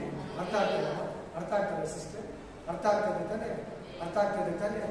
ಜಡ್ಜ್ಗಳು ಯಾರು ಹೇಳಿ? ಕೋರ್ಟ್ಗಳಲ್ಲಿ ಕೇಸ್ ಅನ್ನ ಡಿಕ್ಲೇರ್ ಮಾಡೋರು. ಅಲ್ಲೆಲ್ಲೂಯಾ, ಕ್ಲಿಯರ್ ಮಾಡಿ ಕಳಿಸೋರು. ತಪ್ಪಾಗಿ ಮಾಡ್ತಾರೆ, ರೈಟಾಗಿ ಮಾಡ್ತಾರೆ, ಆಮೇಲೆ ಮಾಡೋರು. ಅವರು ಕೂಡ ಯೇಸು ಸ್ವಾಮಿ ಮುಂದೆ ನಿಲ್ಬೇಕು. ಅವರು ಸಹ ಬಂದು ಈ ಲೋಕದಲ್ಲಿ ಸುಪ್ರೀಂ ಕೋರ್ಟ್ ಅಲ್ಲಿ, ಆಮೇಲೆ ಪೀನಲ್ ಕೋರ್ಟ್ ಅಲ್ಲಿ, ವರ್ಲ್ಡ್ ಕೋರ್ಟ್ ಬೇರೆ ಇದೆ, ವರ್ಲ್ಡ್ ಸುಪ್ರೀಂ ಕೋರ್ಟ್ ಬೇರೆ ಇದೆ. ಆಮೇಲೆ ಆ ಕೋರ್ಟ್ ಅಲ್ಲಿ ಸುಮಾರು 20,000 ಜಡ್ಜ್ಗಳು ಇರ್ತಾರೆ. ಎಷ್ಟು ಸಾವಿರ? ಅವರು ಕೂಡ ನಿಲ್ಬೇಕು. ಎಲ್ಲ ಎಷ್ಟು ದೇಶದಲ್ಲಿ ಜಡ್ಜ್ಗಳು, ಲಾಯರ್ಗಳು, ಆಮೇಲೆ ಪೊಲೀಸ್ ಸ್ಟೇಷನ್ ಅಲ್ಲಿ ನ್ಯಾಯ ಹೇಳ್ತಾರಲ್ಲ, PC-ಗಳು, ಇನ್ಸ್ಪೆಕ್ಟರ್ಗಳು, ಆಮೇಲೆ ಪಂಚಾಯತಿ ಅಧ್ಯಕ್ಷರು, ಪಂಚಾಯತಿ ಕಟ್ಟೆಯಲ್ಲಿ ಕೂತ್ಕೊಂಡು ಚೇರ್ಮನ್ ಮತ್ತೆ ಅಧ್ಯಕ್ಷರು ಎಲ್ಲರೂ ಕೂತ್ಕೊಂಡು ನ್ಯಾಯ ಹೇಳ್ತಾರಲ್ಲ, ಅವರು ಕೂಡ ಯೇಸು ಸ್ವಾಮಿ ಮುಂದೆ ನಿಲ್ಬೇಕು. ಅರ್ಥ ಆಗ್ತದೆ ಇಲ್ವಾ? ಎಲ್ಲರೂ ಬಂದು ನಿಂತಿರ್ಬೇಕು. ಅಯ್ಯೋ, ನಾವು ಭೂಮಿಯಲ್ಲಿ ಅವ್ರಿಗೆಲ್ಲ ನ್ಯಾಯ ಹೇಳಿದ್ರಿ, ಆ ಗಂಡ ಹೆಂಡತಿನ ಕ್ಲಿಯರ್ ಮಾಡಿದ್ರಿ, ಇವ್ರಿಗೆ ಹೇಳಿ ಕಳಿಸ್ರಿ, ಆ ಕೇಸಿನ ಹ್ಯಾಂಡಲ್ ಮಾಡಿದ್ರಿ, ಈ ಕೇಸಿನ ಡೀಲ್ ಮಾಡಿದ್ರಿ, ಇವತ್ತು ನಾವೇ ನಿಲ್ಬೇಕಾಯ್ತೆ. ಅಯ್ಯೋ, ನಮ್ಗೆ ಗೊತ್ತಿದ್ರಿ ನಿಜವಾಗ್ಲೂ ನಾವು ಬೈಬಲ್ ಓದ್ತಾ ಇದ್ರಿ, ನಾವು ಯೇಸುವನ್ನ ನಂಬ್ತಾ ಇದ್ರಿ, ನಾವು ಕೇಳಿದ್ರೆ ಕೂಡ ನಾವು ಸುವಾರ್ತೆನ ಆ ಪಾಸ್ಟ್ಗಳನ್ನ ಹೊಡೆದ್ರಿ, ಅವ್ರ ಸುವಾರ್ತೆನ ಬೇಡ ಅಂದ್ರಿ, ಚರ್ಚ್ಗೆ ಹೋಗಲ್ಲ ಅಂದ್ರಿ, ಚರ್ಚವನ್ನ ಬೈದ್ರಿ, ಸಭೆಯನ್ನ ಬೈದ್ರಿ, ಸೇವೆಗಳನ್ನ ಡಿಸ್ಟರ್ಬೆನ್ಸ್ ಮಾಡಿದ್ರಿ, ಅಯ್ಯೋ ನಾನು ಸುವಾರ್ತೆ ಬೇಡ ಅಂದೆ ಅಂತ ಅವತ್ತು ಜಡ್ಜ್ಗಳು ಕೂಡ ಪಶ್ಚಾತ್ತಾಪ ಪಡ್ತಾರಂತೆ, ಲಾಯರ್ಗಳು ಕೂಡ ಪಶ್ಚಾತ್ತಾಪ ಪಡ್ತಾರಂತೆ, ಪಂಚಾಯತಿ ಅಧ್ಯಕ್ಷರು ಕೂಡ ಪಶ್ಚಾತ್ತಾಪ ಪಡ್ತಾರಂತೆ, ಪಟೇಲರು ಕೂಡ ಪಶ್ಚಾತ್ತಾಪ ಪಡ್ತಾರಂತೆ, ಚೇರ್ಮನ್ ಕೂಡ ಪಶ್ಚಾತ್ತಾಪ ಪಡ್ತಾರಂತೆ. ಯಾಕೆ? ಕೆಟ್ಟದಾಗಿ ಯಾರನ್ನ ಪಾಸ್ಟ್ಗಳು ಚರ್ಚಿಗೆ ಬರೋರಿಗೆ ಅನ್ಯಾಯವಾಗಿ ತೀರ್ಪು ಮಾಡಿದ್ರು ಕೂಡ ಅವರು ಕೂಡ ನಿಲ್ಬೇಕು. ಅನ್ಯಾಯವಾಗಿ ಏನಾರ ಮುಖ ಗೀಕ ನೋಡಿ ಪಾಸ್ಟರು ತಪ್ಪಾಗಿ ತೀರ್ಪು ಹೇಳಿ ಕಳಿಸಿದ್ರೆ, ಯಾರನ್ನ ಸರ್ಕಲ್ ಬರ್ತಾ ಇರ್ತಾರಲ್ಲ ಅವ್ರಿಗೇನ ತಪ್ಪಾಗಿ ಮಾತಾಡಿ ಕಳಿಸಿದ್ರೆ ಅವರು ಕೂಡ ನಿಂತಿರ್ಬೇಕಾಗಿ ಶಿಕ್ಷೆಗೆ.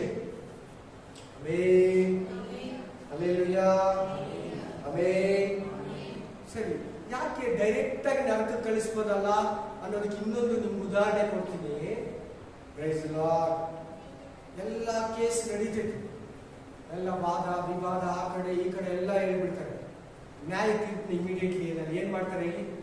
3 ವಾರ ಬಿಟ್ಟು, 3 ದಿನ ಬಿಟ್ಟು, 3 ತಿಂಗಳು ಬಿಟ್ಟು ಡೇಟ್ ಹಾಕೊಟ್ಬಿಡ್ತಾರೆ. ಏನಕ್ಕ? ಜಡ್ಜ್ಮೆಂಟ್ ಇರೋಕ್ಕಷ್ಟೇ, ಇನ್ನೇನು ನ್ಯಾಯ ವಿಚಾರಣೆ ಇಲ್ಲ. 3 ತಿಂಗಳು ಬಿಟ್ಟು, 3 ವಾರ ಬಿಟ್ಟು, 3 ದಿನ ಬಿಟ್ಟು ಹೇಳ್ತೀವಿ, ನೀವು ಇಂಥ ದಿನ ಬನ್ನಿ 2 ಕಡೆ. ಅವೇ ಫೈನಲ್ 30ನೇ ತಾರೀಕು ಹೇಳ್ಬಿಟ್ಟಿದ್ದಾರೆ, 3ನೇ ತಾರೀಕು ಹೋಗ್ಬೇಕು, ಕೇಸ್ ಏನಾಗುತ್ತೆ ನೋಡೋಣ. ಅದನ್ನ ಇವತ್ತು ಮಾತಾಡ್ತಾ ಇದ್ದೀವಿ. ಅವತ್ತು ಹೋದಾಗ ಗೊತ್ತಾಗುತ್ತೆ ನಮ್ಗೆ ಏನಾಗುತ್ತೋ, ನಮ್ಮ ಕಡೆ ಆಗುತ್ತೋ, ಅವ್ರ ಕಡೆಗೆ ಆಗುತ್ತೋ, ನಮ್ಮ ಮಗನ ಬಿಡುಗಡೆ ಆಗ್ತಾನೋ, ಜೈಲಿಗೆ ಹೋಗ್ತಾನೋ, ಮರಣದಂಡ ಶಿಕ್ಷೆನೋ, ಜೀವಾವಧಿ ಶಿಕ್ಷೆನೋ, 3 ತಿಂಗಳು 3 ವರ್ಷನೋ ಅಂತ ಹೋಗಿರ್ತಾರೆ. ಆ ತರ ಈ ನ್ಯಾಯ ತೀರ್ಪು, ಫೈನಲ್ ಜಡ್ಜ್ಮೆಂಟ್. ಅರ್ಥ ಆಯ್ತಲ್ವ? ಈಗ ಅರ್ಥ ಆಯ್ತಲ್ವಾ? ಬಿಳಿ ಸಿಂಹಾಸನ ನ್ಯಾಯ ತೀರ್ಪು ಬಂದ್ರೆ ಅದನ್ನ ಬಿಳಿ ಸಿಂಹಾಸನ ನ್ಯಾಯ ತೀರ್ಪು ಅಂತಾನೆ ಪ್ರತಿ ಪಾಸ್ಟರ್ ಹೇಳೋದು.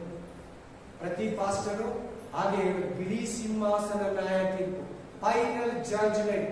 ಆಮೇಲೆ ತಿರ್ಗ ಜಡ್ಜ್ಮೆಂಟು ಇಲ್ಲ, ಆಮೇಲೆ ಯುದ್ಧನೂ ಇರಲ್ಲ, ಸೃಷ್ಟಿನೂ ಇರಲ್ಲ, ಈ ಭೂಮಿನೂ ಇರಲ್ಲ, ಆಕಾಶನೂ ಇರಲ್ಲ, ಬೆಳಕು ಸೂರ್ಯನಿರಲ್ಲ, ಚಂದ್ರನಿರಲ್ಲ, ಪಾತಾಳನಿರಲ್ಲ, ಯಾರು ಇರಲ್ಲ, ಟೋಟಲ್ ಗಳೆ. ಇವೆಲ್ಲ ವಾಕ್ಯಗಳು ಸಿಗ್ತದೆ ಗೊತ್ತಾಯ್ತಲ್ಲ? ಏನ್ ಹೇಳಿ? ನ್ಯಾಯ ವಿಚಾರಣೆ ಎಲ್ಲ ಆಗ್ತದೆ. ಫೈನಲ್ ದಿನ ಬಂದು ಹೋಗಿ ಅಂತ ಹೇಳ್ತಾರೆ. ಅದನ್ನೇ ಎಲ್ಲಾನು ಈಗ ಸತ್ತಿರೋರಿಗೆಲ್ಲ ಈಗ 6ನೇ ಅಧ್ಯಾಯ ನೀವು ಓದಿದ್ರೆ ಪ್ರಕಟಣೆ ಗ್ರಂಥದಲ್ಲಿ 6ನೇ ಮುದ್ರೆಯನ್ನು ಹೊಡೆಯುವಾಗ ಏನು ಅವ್ರಿಗೆ ಅನೌನ್ಸ್ಮೆಂಟ್ ಆಗುತ್ತೆ? 5ನೇ ಮುದ್ರೆ ಹೊಡೆಯುವಾಗ ನೀನು ಯಾವಾಗ ನಮ್ಗೆ ನ್ಯಾಯ ತೀರಿಸ್ತೀಯ, ನಮ್ಮ ವಿರೋಧಿಗಳಿಗೆ ಯಾವಾಗ ನೀನು ಶಿಕ್ಷೆ ಕೊಡ್ತೀಯ, ನಿನ್ನಾಗೆ ನಿನ್ನ ಸ್ನೇಹಿತರು ನಿನ್ನ ಜೊತೆ ಸೇವಕರು ಬರಬೇಕು. ಅಲ್ಲಿ ತನಕ ನೀವು ಸ್ವಲ್ಪ ಹೊತ್ತು ವಿಶ್ರಾಂತಿ. ಅವರು ನಿಮ್ಮಾಗೆ ತಲೆ ಓಡಿಸ್ಕೋಬೇಕು, ಕಡಿಸ್ಕೋಬೇಕು, ರಕ್ತ ಸಾಕ್ಷಿಗಳಾಗಬೇಕು. ನೀವು ಅಲ್ಲಿ ತನಕ ಸುಮ್ಮನೆ ಇರಲ್ಲ, ಭಾಗ ಮುಚ್ಚಿಬಿಟ್ಟ ಲಗ್ನ ಬಲಿಪೀಠ ಕೆಳಗಡೆ ಇರೋದು ನ್ಯಾಯ ಜಡ್ಜ್ಮೆಂಟ್ ಪ್ಲೇಸ್. ಇನ್ನು ಟೈಮ್ ಇದೆ. ನಿನ್ನಂತ ಸಹೋದರರೆಲ್ಲ ಇನ್ನೂ ಬರ್ಬೇಕು, ಕೇಳ್ಬೇಕೆಲ್ಲ. ಸ್ಟೀಫನ್ ಕೇಳ್ಬೇಕು ವಾಕ್ಯ. Hallelujah, praise the Lord, hallelujah, hallelujah. ಮತ್ತಾಯ 25:46, Matthew chapter 25:46.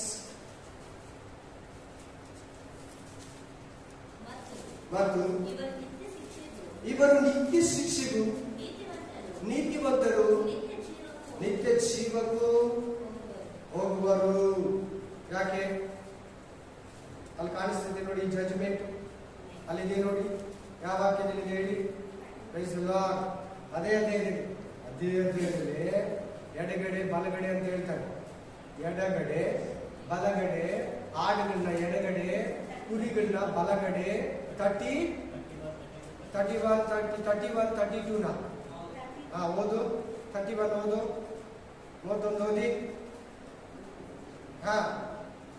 ಇದಲ್ಲದೆ ಮನುಷ್ಯ ಕುಮಾರನು ತನ್ನ ಮಹಿಮೆಯಿಂದ ಎಲ್ಲಾ ದೇವದೂತರೊಂದಿಗೆ ಕೂಡಿ ಬಂದಾಗ ತನ್ನ ಮಹಿಮೆ ಸಿಂಹಾಸನದಲ್ಲಿ ಕೂತುಕೊಳ್ಳುವನು ಮತ್ತು ಎಲ್ಲಾ ದೇಶಗಳ, all countries, all nation, all universal, ಎಲ್ಲಾ ದೇಶಗಳ ಜನರು ಆತನ ಮುಂದೆ ಕೂಡಿಸಲ್ಪಟ್ಟಿರುವರು.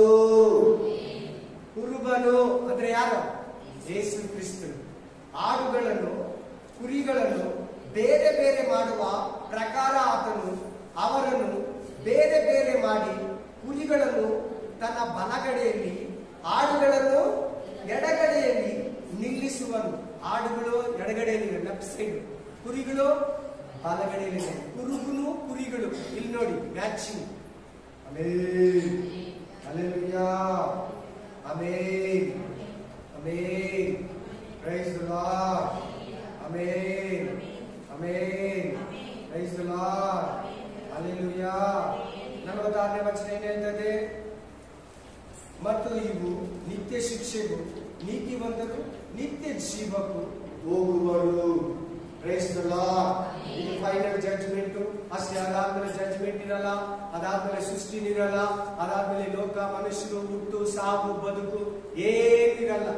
2ನೇ ಮರಣ, ನಿತ್ಯ ಜೀವ. 2ನೇ ಬೆಳಕಿನ ರಾಜ್ಯ, ಕತ್ತಲೆಯ ಬೆಂಕಿಯ ಕೆರೆ, ಸ್ಪಿರಿಟ್ ಆಫ್ ಗಾಡ್. ಇನ್ನೊಂದು ವಾಕ್ಯವನ್ನು ನೋಡೋಣ. Price the lord. ರೋಮಪುರ 8:1 ಓದಿ. Romans chapter 8:1.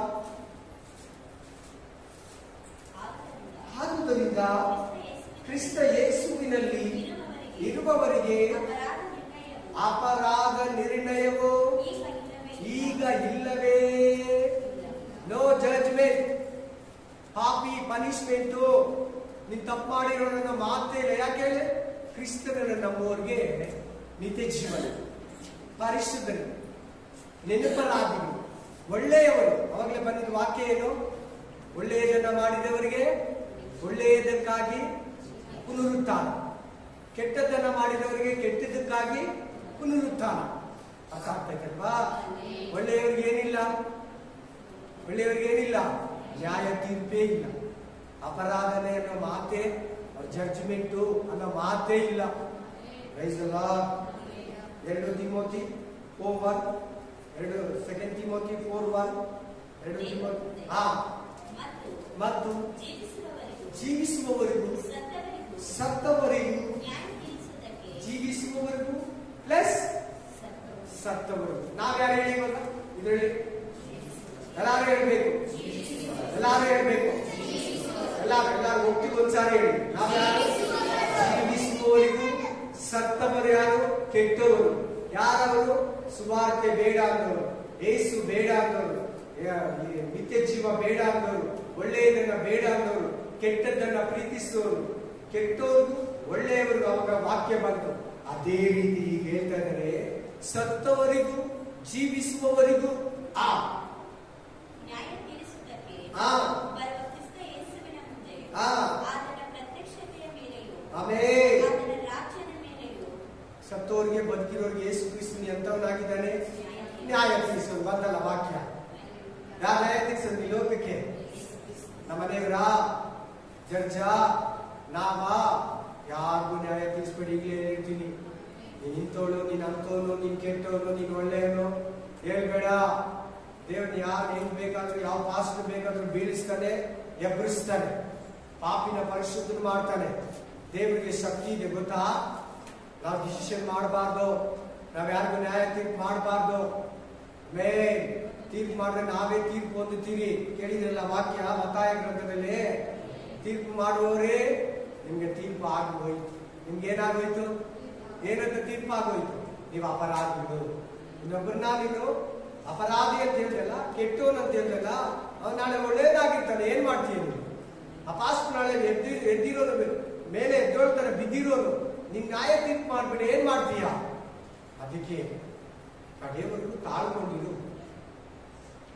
ಯಾರ ಬಗ್ಗೆ ಏನು ಹೇಳಂಗೇ ಇಲ್ಲ. ಹುಷಾರ್ ನ್ಯಾಯ ತೀರ್ಪು ಮಾಡುವಾಗ.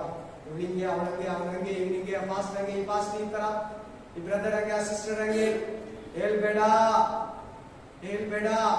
ಇನ್ನು ಫೈನಲ್ ಜಡ್ಜ್ಮೆಂಟ್ ಬಂದಿಲ್ಲ, ಇನ್ನು ನ್ಯಾಯ ತೀರ್ಪು ಬಂದಿಲ್ಲ, ಇನ್ನು ಬಿಡಿ ಸಿಂಹಾಸನ ಬಂದಿಲ್ಲ, ಇನ್ನು ಗೋಮರ್ಗೋಗ ಯುದ್ಧ ನಡೆದಿಲ್ಲ, ಇನ್ನು 1000 ವರ್ಷ ಆಳ್ವಿಕೆ ನಡೆದಿಲ್ಲ, ಇನ್ನು ಅರ್ಮೆಗದನ ಯುದ್ಧ ನಡೆದಿಲ್ಲ, ಇನ್ನು ಉಪದ್ರವ ಕಾಲ ಬಂದಿಲ್ಲ, ಇನ್ನು 2ನೇ ಬರೋಣ ಆಗ್ಲಿಲ್ಲ, ಇನ್ನು ಸಭೆ ಎತ್ತಲ್ಪಟ್ಟಿಲ್ಲ. ಹೀಗೆ ನೀವು ನಿರ್ಧಾರ ಮಾಡಿ ಡಿಸೈಡ್ ಮಾಡಿ ಒಂದು ಕೋರ್ಟ್ ಲಾಯರ್ ತರ ಹೇಳ್ಬಿಟ್ರೆ, ಜಡ್ಜ್ ತರ ಯಾರು ನ್ಯಾಯ ತೀರ್ಪು ಮಾಡ್ಬೇಡ. ಯೇಸುಸ್ವಾಮಿನ ನ್ಯಾಯಾಧಿಪತಿ ಅಂತ ಇಲ್ಲಿ ಕೊಡ್ತಾ ಇದ್ದಾರೆ ವಾಕ್ಯಗಳು. ಪರಿಶುದ್ಧ ಆತ್ಮ ದೇವರು ಯಾರು ವಾಕ್ಯಗಳೆಲ್ಲ ಹೇಳ್ತದೆ. ಯಾರು ನ್ಯಾಯಾಧಿಪತಿ? ಇನ್ನೂ ತಿಳ್ಕೊಂಡು, ನ್ಯಾಯಾಧಿಪತಿ ಅಂದ್ರೆ ಏನ್ ಗೊತ್ತಾ? ದೇವರು. ನ್ಯಾಯಾಧಿಪತಿ ಅಂದ್ರೆ ಯಾರು ಗೊತ್ತಾ? ಕಾಮ, ಕ್ರೋಧ, ಮದ, ಮತ್ಸರ, ಮದುವೆ ಇಲ್ಲದವನು. ಮದುವೆ ಆಯ್ತಾ? 3ನೇ ನ್ಯಾಯಾಧಿಪತಿ ಯಾರಂದ್ರೆ, ಒಂದರಲ್ಲಿ ಅದರಲ್ಲಿ ಸ್ವಲ್ಪನೂ ಕೆಟ್ಟದ್ದಿರ್ಬಾರ್ದು. ಯಾರು ನ್ಯಾಯಾಧಿಪತಿ ಆಗಿರ್ತಾರೆ ಅವರಲ್ಲಿ ಏನಿರ್ಬಾರ್ದು? ಸ್ವಲ್ಪನೂ ಕೆಟ್ಟದ್ದಿರ್ಬಾರ್ದು. ಮನೆ ಆಂಧ್ರ ಜಡ್ಜ್ ಒಬ್ರು ನಮ್ಮ ಕರ್ನಾಟಕದಲ್ಲಿ ಜಡ್ಜ್ ಆಗಿದ್ರು. 2 ಕೋಟಿನೋ ಲಂಚನ ಇಸ್ಕೊಂಡು ಅನ್ಯಾಯವಾಗಿ ತೀರ್ಪು ಮಾಡಿದ್ಕ ಇವತ್ತು ಕೇಸನ್ನ ಎದುರಿಸ್ತಾರೆ. ಇವತ್ತು ಏನನ್ನ ಎದುರಿಸ್ತಾ ಇದ್ದಾರೆ?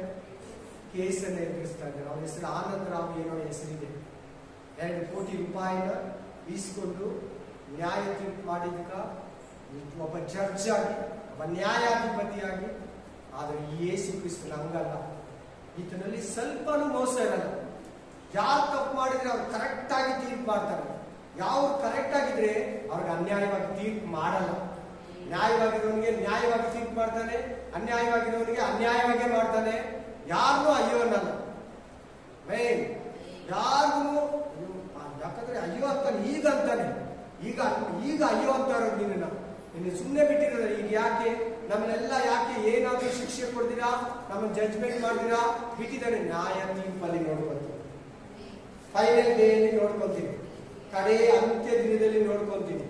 ಈ ಭೂಮಿ ಎಲ್ಲ ಫಿನಿಶ್ ಮಾಡಾಕ್ತೀನಿ, ಅವತ್ತು ದಿನ ನೋಡ್ಕೊತೀನಿ. ಈಗ ನಾನು ಏನು ಮಾತಾಡಲ್ಲ.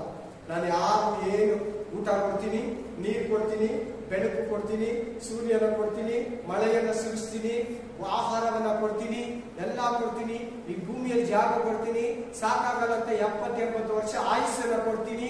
ಅದ್ರೊಳಗಡೆ ನನ್ನ ನಂಬಿದ್ರೆ ತಪ್ಪಿಸ್ಕೊಂತೀಯ, ಇಲ್ಲಂದ್ರೆ ಆ ದಿನದಲ್ಲಿ ನೀನು ತಪ್ಪಿಸ್ಕೊಳಕ್ ಆಗಲ್ಲ.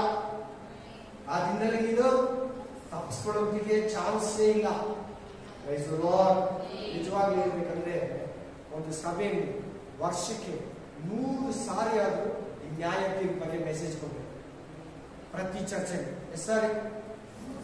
3 ಸಾರಿ. ಒಂದೊಂದು ಸಾರಿ ಡಿಫ್ರೆಂಟ್ ಆಗಿ ದೇವ್ರು ಮಾತಾಡ್ತಾರೆ. ಮಾತಾಡ್ಬಾರ್ದು, ದೇವ್ರು ಮಾತಾಡ್ತಾರೆ. ಡಿಫ್ರೆಂಟ್ ಆಗಿ ಮಾತಾಡ್ತಾರೆ. ನ್ಯಾಯ ತೀರ್ಪಿದೆ, ನ್ಯಾಯ ತೀರ್ಪಿದೆ. ಒಂದಿನ ನಾವೆಲ್ಲ ನಿಲ್ಬೇಕು. ನಾವು ಮಾಡೋ ಒಳ್ಳೆ ಕೆಲಸಗಳಿಗೆ, ಕೆಟ್ಟ ಕೆಲಸಗಳಿಗೆ ಒಂದಿನ ದೇವರು ಎಲ್ಲ ಗುಟ್ಟುಗಳನ್ನ ಬಿಚ್ಚಿ ಬಿಚ್ಚಿ ಕೇಳ್ತಾನಂತೆ. ಒಂದೊಂದು ಗುಟ್ಟಾಗಿ ನಾವು ಮಾಡಿದಿರಲ್ಲ, ಸೀಕ್ರೆಟ್ ಆಗಿ ನಾವು ಮಾಡಿದಿರಲ್ಲ, ಸಸ್ಪೆನ್ಸ್ ಆಗಿ ಮಾಡಿದಿರಲ್ಲ, ಅಪ್ಪ ಇಲ್ಲಿ ಯಾರು ಇಲ್ಲ, ಇಲ್ಲಿ ಅಮ್ಮ ಅಪ್ಪ ಇಲ್ಲ, ಇಲ್ಲಿ ಪಾಸ್ಟರ್ ಇಲ್ಲ, ಇಲ್ಲ ಗಂಡ ಇಲ್ಲ, ಇಲ್ಲ ಹೆಂಡತಿ ಇಲ್ಲ, ಇಲ್ಲ ಓನರ್ ಇಲ್ಲ ಅಂತ ಮಾಡಿದ್ರಲ್ಲ, ಅವ್ರಿಗೆಲ್ಲದಕ್ಕೂ ಆ ಗುಟ್ಟುಗಳನ್ನೆಲ್ಲ, ಆ ಸೀಕ್ರೆಟ್ಸ್ನೆಲ್ಲ ಒಂದೊಂದು ಬಿಚ್ತಾರೆ. ಡೌರಿ ಇಸ್ಕೊಂಡ್ರೆ ಕೂಡ ಕೇಳ್ತಾರೆ. ಒಬ್ಬ ಕ್ರಿಸ್ತು ಮಗುವಾಗಿ, ಒಬ್ಬ ದೇವರ ಮಗನಾಗಿ ವರದಕ್ಷಿಣೆ ಕೇಳಿದಲ್ಲ, ಅದನ್ನು ಕೂಡ ಕೇಳ್ತಾರೆ. ಎತ್ಕೊಂಡೋಗಿ ವಾಪಸ್ ಕೊಟ್ಬಿಡ್ಬೇಕು. ದೇವ್ರ ಮಗು ಆದ್ರೆ ಯಾರನ್ನ ಇವತ್ತು ಆ ಮಾವನಿಗೆ ದೇವ್ರನ್ನ ಬೇಡಿದ್ರೆ ಕೊಡ್ತಾನೆ. ಎತ್ಕೊಂಡಾಗ ವರದಕ್ಷಿಣೆ ರಿಟರ್ನ್ ಕೊಟ್ಬಿಡ್ಬೇಕು. ಹಲ್ಲೆಲೂಯಾ, ಕೊಟ್ಬಿಡ್ಬೇಕು. ಇಲ್ಲಂದ್ರೆ ಅದನ್ನು ಕೂಡ ಇಟ್ಕೊಂಡು ಕೇಳ್ತಾನೆ. ನಿನ್ ಮದುವೆ ಮಾಡ್ಕೊಂಡ ವ್ಯಾಪಾರ ಮಾಡಕ್ ಹೋಗಿದ್ದ, ನಿನ್ನ ಮಾರ್ಕೊಳಕ್ ಹೋಗಿದ್ದ, ನಿಮ್ಮ ಮಾವನ ಮನೆ, ನಿಮ್ಮ ಹೆಂಡತಿ ಮನೆನ ಕೊಂಡ್ಕೊಂಬರಕ ಖಾಲಿ ಮಾಡಕ್ ಹೋಗಿದ್ಯಾ? ಪಾಪ ಅವ್ರು ಸಾಲ ಮಾಡ್ಕೊಂಡು ಕೊಟ್ರು, ನಿನ್ ಕಣ್ಣಿರ್ಲಿಲ್ವಾ? ಮತ್ತೆ ಮತ್ತೆ ಅವ್ರ ಹತ್ರ ಇಸ್ಕೊಂಡು ಹೆಂಡತಿ ನೋಡಿ ಕಳಿಸಿ ಕೇಳ್ತಾರೆ. ದೇವರು ಹಿಡಿದು ಹಿಡಿದು ಕೇಳ್ತಾರೆ.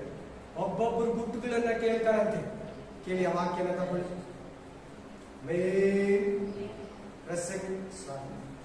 ಮ್ಯಾಥ್ಯೂ ರೋಮನ್ಸ್ 2:16, ರೋಮಪುರ 2:16 ಕೇಳ್ಬೇಕೆಲ್ಲ ವಾಕ್ಯ ಚೆನ್ನಾಗಿ. ನಾನು ಸಾರಿದ ಸುವಾರ್ತೆಯಲ್ಲಿ ಬೋಧಿಸಿರುವ ಪ್ರಕಾರ ದೇವರು ಯೇಸು ಕ್ರಿಸ್ತನ ಮೂಲಕವಾಗಿ ಮನುಷ್ಯರ ಗುಟ್ಟುಗಳು, ಸಿಂಪಲ್ ಆಗಿ ಕೇಳಬೇಡಿ ಮಾತನ್ನು ಯಾರು ಎಲ್ಲ ಕಲೆ. ಮನುಷ್ಯ ಕುಮಾರ ಗುಟ್ಟುಗಳಂದ್ರೆ ಏನು? ನಾವು ಸೀಕ್ರೆಟ್ ಆಗಿ ಯಾರು ನೋಡಿಲ್ಲ ಅಂತ ಮಾಡಿದ್ರಲ್ವಾ, ಕತ್ಕೊಂಡ್ರಲ್ಲ ವಸ್ತುಗಳನ್ನ, ತಪ್ಲಕ್ಕ ಬರ್ದಿರಲ್ವಾ, ದುಡ್ಡನ್ನ ಕದ್ರಲ್ವಾ, ಎಲ್ಲ ಸೀಕ್ರೆಟ್ ಆಗಿ ಮಾಡಿದ್ದಾರೆ. ಗಂಡ ಇಲ್ಲ ಬಾ ಅಂತ ಫೋನ್ ಮಾಡಿ ಕರೀತಾರೆ. ನಮ್ಮ ಯಜಮಾನ ಬರೋದು 3 ದಿನ ಆಗುತ್ತೆ. ಸೀಕ್ರೆಟ್ ಗುಟ್ಟದು. ನಾನು ಬೇಜಾರು ಮಾಡ್ಕೊಂಬಿಡಿ. ಲೇಡೀಸ್, ಬ್ರದರ್ಸ್, ಸಿಸ್ಟರ್ಸ್, ಪ್ಲೀಸ್ ನಿಮ್ಗೆ ಅರ್ಥ ಆಗ್ಬೇಕಂತ ಹೇಳ್ತೀನಿ. ನಿಮ್ಮಲ್ಲಿ ಏನನ್ನ ಹಳೆ ಜೀವಿತ ತರ ಐತೋ ಒಪ್ಪಿಸ್ಕೊಟ್ಬಿಡಿ ದೇವರಿಗೆ. ಈಗಪ್ಪ ಇವತ್ತು ನಿನ್ ರಕ್ತ ದೇಹ ಕುಡಿತಾ ಇದ್ದೀನಪ್ಪ, ನಿನ್ ನೀರಲ್ಲಿ ತೊಳೆಯಲ್ಪಟ್ಟಿದ್ದೀನಪ್ಪ. ಕೈ ಕಟ್ಕೊಳ್ಳಿ ಎಲ್ಲ ನೋಡೋದು. ಹೆಂಗಪ್ಪ ನಿದ್ರೆ ಬರ್ತದೆ ನಿಮ್ಗೆ? ನಾನು ನೋಡಿ ಹಲ್ಲೆಲೂಯಾ. ನಿಮ್ ಲಾಸ್ಟ್ ಮಾತು ಏನ್ ಹೇಳಿದೆ? ಲಾಸ್ಟ್ ಮಾತು ಏನ್ ಹೇಳಿದೆ?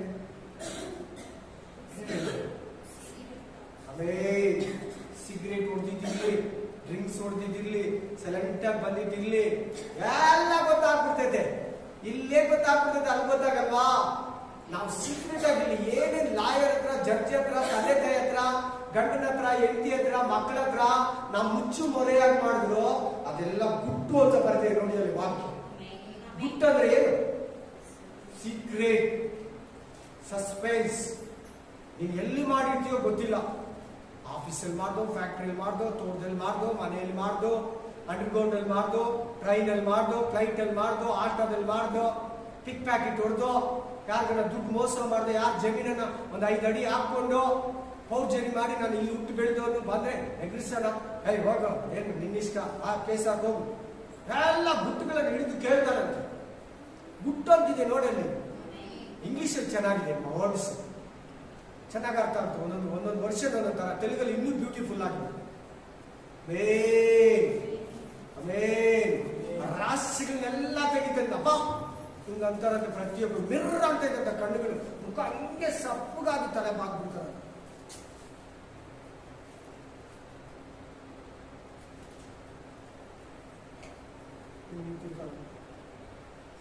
ಪ್ರತಿಯೊಬ್ಬರು ಏನೋ ನಾನು ಭೂಲೋಕನ ಸಿಂಪಲ್ ಆಗಿ ತಗೊಂಡ್ಬಿಟ್ಟೆ, ಆರಾಮಾಗಿ ತಗೊಂಡ್ಬಿಟ್ಟೆ, ಯಥೇಚ್ಛವಾಗಿ ಸುಳ್ಳು ಹೇಳ್ಬಿಟ್ಟೆ, ಹೆಂಗಂದ್ರೆ ಹಂಗೆ ಬೈದ್ಬಿಟ್ಟೆ. ಹೆಂಡತಿನ, ಗಂಡನ್ನ, ಮಕ್ಕಳನ್ನ, ಸ್ಟೂಡೆಂಟ್ನ, ಮಾಸ್ಟರ್ನ, ಸಭೆಯನ್ನ, ನನ್ನ ಸತ್ತಕ್ಕೆಲ್ಲ ಬಳಸ್ಕೊಂಡೆ. ಬೈಕು, ಪುಲ್ಪಿಟ್ಟನ್ನ, ದುಡ್ಡುಗಳನ್ನ ಪಿಸ್ತಾನ, ದುಡ್ಡಿಗೆ ವಾಕ್ಯ ಹೇಳಿದ್ದು, ದುಡ್ಡಿಗೋಸ್ಕರ ವಾಕ್ಯನ ಬದಲಾಯಿಸಿ, ಎಲ್ಲ ಗುಡ್ಡಗಳನ್ನ ಬೀಸ್ತಾನಂತೆ. ಅಯ್ಯೋ, ಇದ್ರ ಬಗ್ಗೆ ಇವತ್ತು ರಾತ್ರಿ ಎಲ್ಲ ಕುತ್ಕೊಂಡು ಕೇಳ್ತೀನಿ. ನಿಜವಾಗಿ ನನಗಂತೂ ಪರಿಶುದ್ಧಾತ್ಮ ರಿವೀಲ್ ಮಾಡ್ತಾನೆ ಇದ್ದಾನೆ. ಮೆಸೇಜ್ ಕಂಪ್ಲೀಟ್ ಮಾಡ್ಬೇಕಾದ್ರೆ ನಿಮ್ಮನ್ನು ಕೂಡ ಕಳಿಸ್ಬೇಕು. ಅದ್ರ ಬಗ್ಗೆ ಮಾತಾಡ್ತಾನೆ. ಇವತ್ತು ರಾತ್ರಿ ಎಲ್ಲ ಮಾತಾಡ್ತಾನಂತೆ. ಗುಟ್ಟು ಅನ್ನೋದಕ್ಕೆ ಸೀಕ್ರೆಟ್ ಆಗಿ ನೀನ್ ಮಾಡಲ್ಲ. ಏನೋ ತೋಟದಲ್ಲೋ, ಮನೆಯಲ್ಲೋ, ಬೀದಿಯಲ್ಲೋ, ಆದಿಯಲ್ಲೋ ಏನ್ ಸೀಕ್ರೆಟ್ ಆಗಿ ತಿಂದು ಗೊತ್ತಿಲ್ಲ. ಪಾಸ್ಟ್ಗೆ ನಾನು ಸಿಗರೇಟ್ ಕುಡಿಯೋದು, ಡ್ರಿಂಕ್ಸ್ ಕುಡಿಯೋದು, ಎಲ್ಲಡಿಕೆ ತಿನ್ನೋದು ಗೊತ್ತಿಲ್ಲ ಅಂತ ಮಾಡ್ದಲ್ಲ. ಎಲ್ಲ ನಿಮ್ ಪಾಸ್ಟ್ ನ್ಯಾಮಾರಿಸ್ಬೋದು, ಗಂಡ ನ್ಯಾಮಾರಿಸ್ಬೋದು, ಹೆಂಡತಿ ನ್ಯಾಮಾರಿಸ್ಬೋದು, ಈ ಲೋಕದ ಜಡ್ಜಿಗಳು ನ್ಯಾಮಾರಿಸ್ಬೋದು. ಸುಳ್ಳು ಸಾಕ್ಷಿಗಳು ತಂದು ಸಖತ್ತಾಗಿ ದುಡ್ಡು ಕೊಟ್ಟು ಅವನ್ನ ಕೊಲೆ ಮಾಡಿಸ್ಬಿಟ್ಟು ಆ ಕೇಸ್ ನಮ್ ಕಡೆ ಆಗೋ ತರ ಏನ್ ಬೇಕಾದ್ರೂ ಮಾಡ್ಬೋದು. ಇದನ್ನ ಬದಲಾಯಿಸಿ, ಕಾತನ ಬದಲಾಯಿಸಿ ಏನೇನೋ ಮಾಡ್ಕೋಬಹುದು. ಬಟ್ ಜೀಸಸ್ ಹತ್ರ ನಡೆಯೋಣ. ಒಂದೊಂದು ವಿಡಿಯೋಗಳು ಇಟ್ಕೊಂಡಿದ್ದಾನಂತೆ ಅಂತ ಅರ್ಥ. ಇದನ್ನ ಅರ್ಥ ಗುಟ್ಟಂದ್ರೆ ಏನರ್ಥ? ನೀನು ಈ ಭೂಮಿಯಲ್ಲಿ ಮಾತಾಡ್ದಲ್ಲ, ಒಂದೊಂದು ರೆಕಾರ್ಡಿಂಗ್ ಜೀಸಸ್ ಹತ್ರ ಇರ್ತಕ್ಕಂತೆ. ಒಂದೊಂದು ಮಾತು ಕೂಡ, ಒಂದು ಮಾತು ಮಿಸ್ ಆಗಲ್ಲ ಅಂತ ಬರೆದಿದೆ ಬೈಬಲ್ ಅಲ್ಲಿ. ನಿನ್ನೊಂದು ಮಾತು ಕೂಡ ಅಲ್ಲಿ ತಪ್ಪೋಗೋದಿಲ್ಲ ಅಂತ. ನೀನ್ ಮರ್ತೋಗಿರೋ ಮಾತುಗಳೆಲ್ಲ ನಿನ್ ದೇವರು ಆಲೋಚಿಸ್ತಾ ಇರ್ತಾನೆ. ಒಳ್ಳೆ ಪಾಸ್ಟ್ಗಳು ಹೆಂಗಂದ್ರೆ ಒಳ್ಳೆ ಸೇವಕರು ಬಿಲೀವರ್ ಮಾಡಿರೋದು ಹಳೆ ಹೊಸದೆಲ್ಲ ಅವ್ರಿಗೆ ಒಳ್ಳೆ ಟೈಮ್ಗೆ, ಕಷ್ಟದಲ್ಲಿರುವಾಗ, ನಿದ್ರೆ ಬರ್ದಿರುವಾಗ, ರೋಗದಲ್ಲಿರುವಾಗ ಜ್ಞಾಪಕ ಮಾಡ್ತಾ ಇರ್ತಾರೆ. ಅವ್ರಿಗೆ ಡೇಟು, ಮಾತುಗಳು, ವಾಕ್ಯ, ಮೆಸೇಜು, ಅವರು ಇದು ತಪ್ಪುಗಳು, ಒಳ್ಳೆಯದು, ದೇವ್ರವ್ರಿಗೆ ಮಾಡಿದ್ದು, ಅವ್ರು ತಪ್ಪು ಮಾಡಿದ್ದು ಅವರೇ ಬರ್ದು ಬಿಟ್ಟಿರ್ತಾರೆ. ಒಬ್ಬ ಪಾಸ್ಟ್ ಜ್ಞಾಪಕ ಮಾಡ್ತಾರಂದ್ರೆ ಆಮೇಲೆ ದೇವರು, ದೇವರ ಆತ್ಮನು, ತಂದೆಯಾದ ದೇವರು, ಅದಕ್ಕೆ ಭಯ ಭಕ್ತಿ ಕಲೀರಿ. ಇನ್ನೊಂದ್ಸಾರಿ ಯೂಟ್ಯೂಬ್ ಅಲ್ಲಿ ಕೇಳಿ ಮೆಸೇಜ್, ಇನ್ನೊಂದು 2 ಸಾರಿ ಕೇಳಿ ಇಟ್ಕೊಂಡು ಚೆನ್ನಾಗಿ ಎಲ್ಲ ಇದಾಕೊಂಡು ಕೇಳಿ, ಕಣ್ಣು ಮುಚ್ಕೊಂಡು ಕೇಳಿ. ಕಣ್ಣೀರ್ ಬರ್ಬೋದು, ಭಯ ಬರ್ಬೋದು, ನಿನ್ ತಪ್ಪುಗಳಲ್ಲಿ ಕಾಣಿಸ್ಬೋದು. ಪರಿಶುದ್ಧಾತ್ಮ ಯಾವ್ದನ್ನ ತಕೊಂಡ್ಬರ್ತಾನೆ, ಕಂಪ್ಲೀಟ್ಲಿ ಸರೆಂಡರ್ ಆಗ್ಬಿಡು. ಏನು ಟೈಮ್ ಕೊಡಬೇಡ. ನಾಳೆ ಸಾಯಂಕಾಲ ಬಂದ್ರೆ ಏನ್ ಮಾಡ್ತೀಯ? ಜೀಸಸ್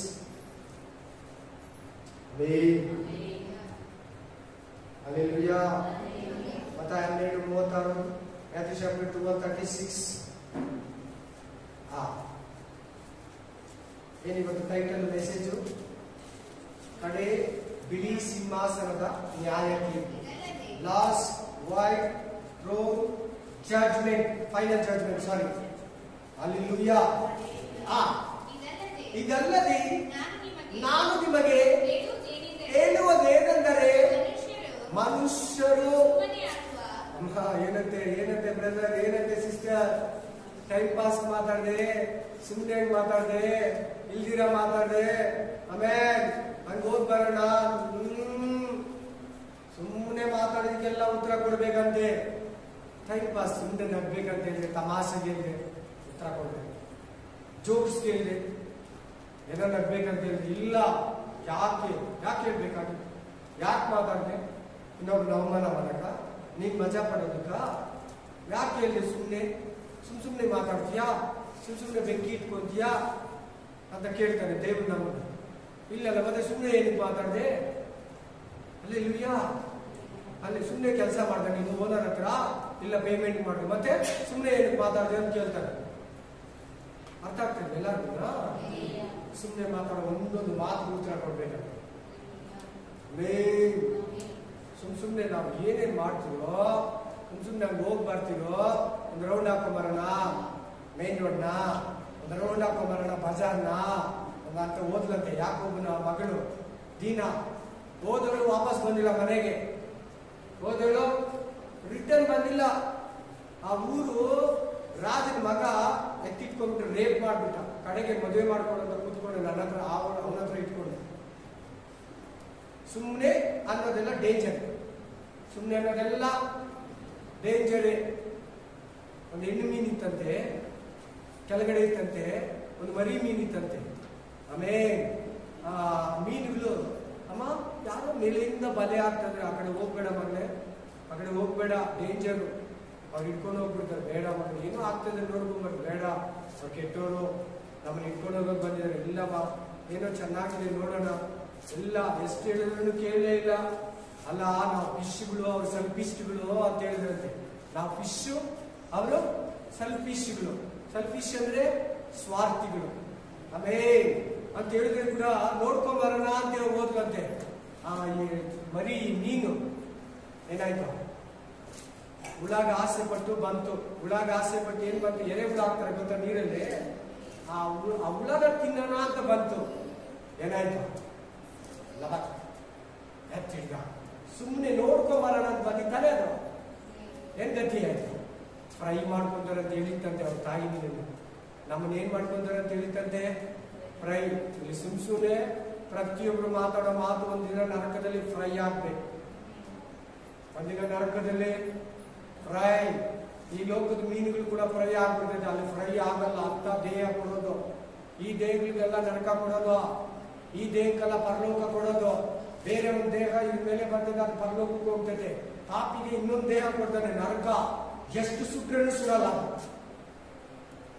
ಹುಟ್ಟುಗುಣ ಸುಟ್ರು ಅಂತ ದೇಹನ ಕೊಡ್ತಾನೆ. ನಿಮ್ಗೆ ಭಯ ಇಕ್ಕೋ ಕೇಳ್ತಾ ಇಲ್ಲ, ಡೇಂಜರ್ ಅಂತ ಹೇಳ್ತೀನಿ, ಎಚ್ಚೆತ್ಕೊಳ್ಳಿ ಅಂತ ಹೇಳ್ತೀನಿ. ಭಯ ಆಗ್ತದೆ ಬ್ರದರ್, ಭಯ ಅಲ್ಲ, ನೀನ್ ಅಲ್ಲಿ ಹೋಗ್ಬಾರ್ದು ಅಂತ ದೇವ್ರು ಹೇಳ್ಕೊಡ್ತಾರೆ. ತಿರುಗು ಆ ಕಡೆ ಬಿಟ್ಟು, ಆ ಕಡೆ ಹೋಗ್ಬೇಡ. ನೀನು ಮರಿಗೆ ಹೇಳಿದ್ರೆ ಕೇಳಿಲ್ಲ, ಫ್ರೈ ಮಾಡ್ಕೊಂಡು ಒಂದಿನ ಅವಳಾಗ ಆಸೆ ಪಟ್ಟು ಹೋಯ್ತು, ಫ್ರೈ ಆಯ್ತು. ಹುಷಾರ್. ಪಾಪ ಹಂಗೆ ನಮ್ಮನ್ನು ಎಳೆಯೋದು. ಪಾಪ ದೇವ್ರ ಮಕ್ಕಳು ನಿಮ್ಗೆ ಹೇಳ್ತಾ ಇದ್ದಾರೆ ದೇವ್ರು, ಪಾಪ ಹಂಗೆ ನಮ್ಮನ್ನು ಎಳೆಯೋದು. ಆ ಕಡೆ ಹೋಗಿ ಬರ್ತೀನಿ, ಸುಮ್ಮನೆ ಮಾತಾಡ್ತೀನಿ, ಒಂದು ರೌಂಡ್ ಹಾಕೊಂಬರೋಣ. ಏನ್ ಟಿವಿ ನೋಡಿದ್ರೆ ಏನಾಗುತ್ತೆ, ಸೀರಿಯಲ್ ನೋಡಿದ್ರೆ ಏನಾಗುತ್ತೆ, ಟಿವಿ ಪಿಕ್ಚರ್ ನೋಡಿದ್ರೆ ಏನಾಗುತ್ತೆ, ಒಂದ್ ಸಾರಿ ತಿಂದ್ರೆ ಏನಾಗುತ್ತೆ, ಒಂದ್ ಸಾರಿ ಮಾಡಿದ್ರೆ ಏನಾಗುತ್ತೆ, ಒಂದ್ ಸಾರಿ ಥಿಯೇಟರ್ಗೆ ಹೋಗಿ ಬಂದ್ರೆ ಏನಾಗಲ್ಲ, ಫ್ರೈ ಆಗ್ತೀವಿ. ಎಲ್ಲಿ, ನರಕದಲ್ಲಿ. ವಾಕ್ಯ ಮಾಡ್ತಾರೆ. ಪ್ರಸಂಗಿ 3:17 ಫಾಸ್ಟ್ ಆಗ. ಪ್ರಸಂಗಿ 3:17 ಬೇಗ. ದೇವರು ಧರ್ಮಿಗಳಿಗೂ ಅಧರ್ಮಿಗಳಿಗೂ, ಧರ್ಮದಲ್ಲಿರೋರ್ಗು ಅಧರ್ಮದಲ್ಲಿ ಜೀವಿಸೋರ್ಗು, ಅಧರ್ಮವನ್ನ ಪ್ರೀತಿಸಿದವ್ರಿಗೂ ಧರ್ಮವನ್ನ ಪ್ರೀತಿಸಿದವ್ರಿಗೂ, ಒಳ್ಳೆಯದನ್ನ ಮಾಡಿದವ್ರಿಗೂ ಕೆಟ್ಟದ್ದನ್ನ ಮಾಡಿದವ್ರಿಗೂ, ಕತ್ತಲೆಯಲ್ಲಿ ನಡೆದವ್ರಿಗೂ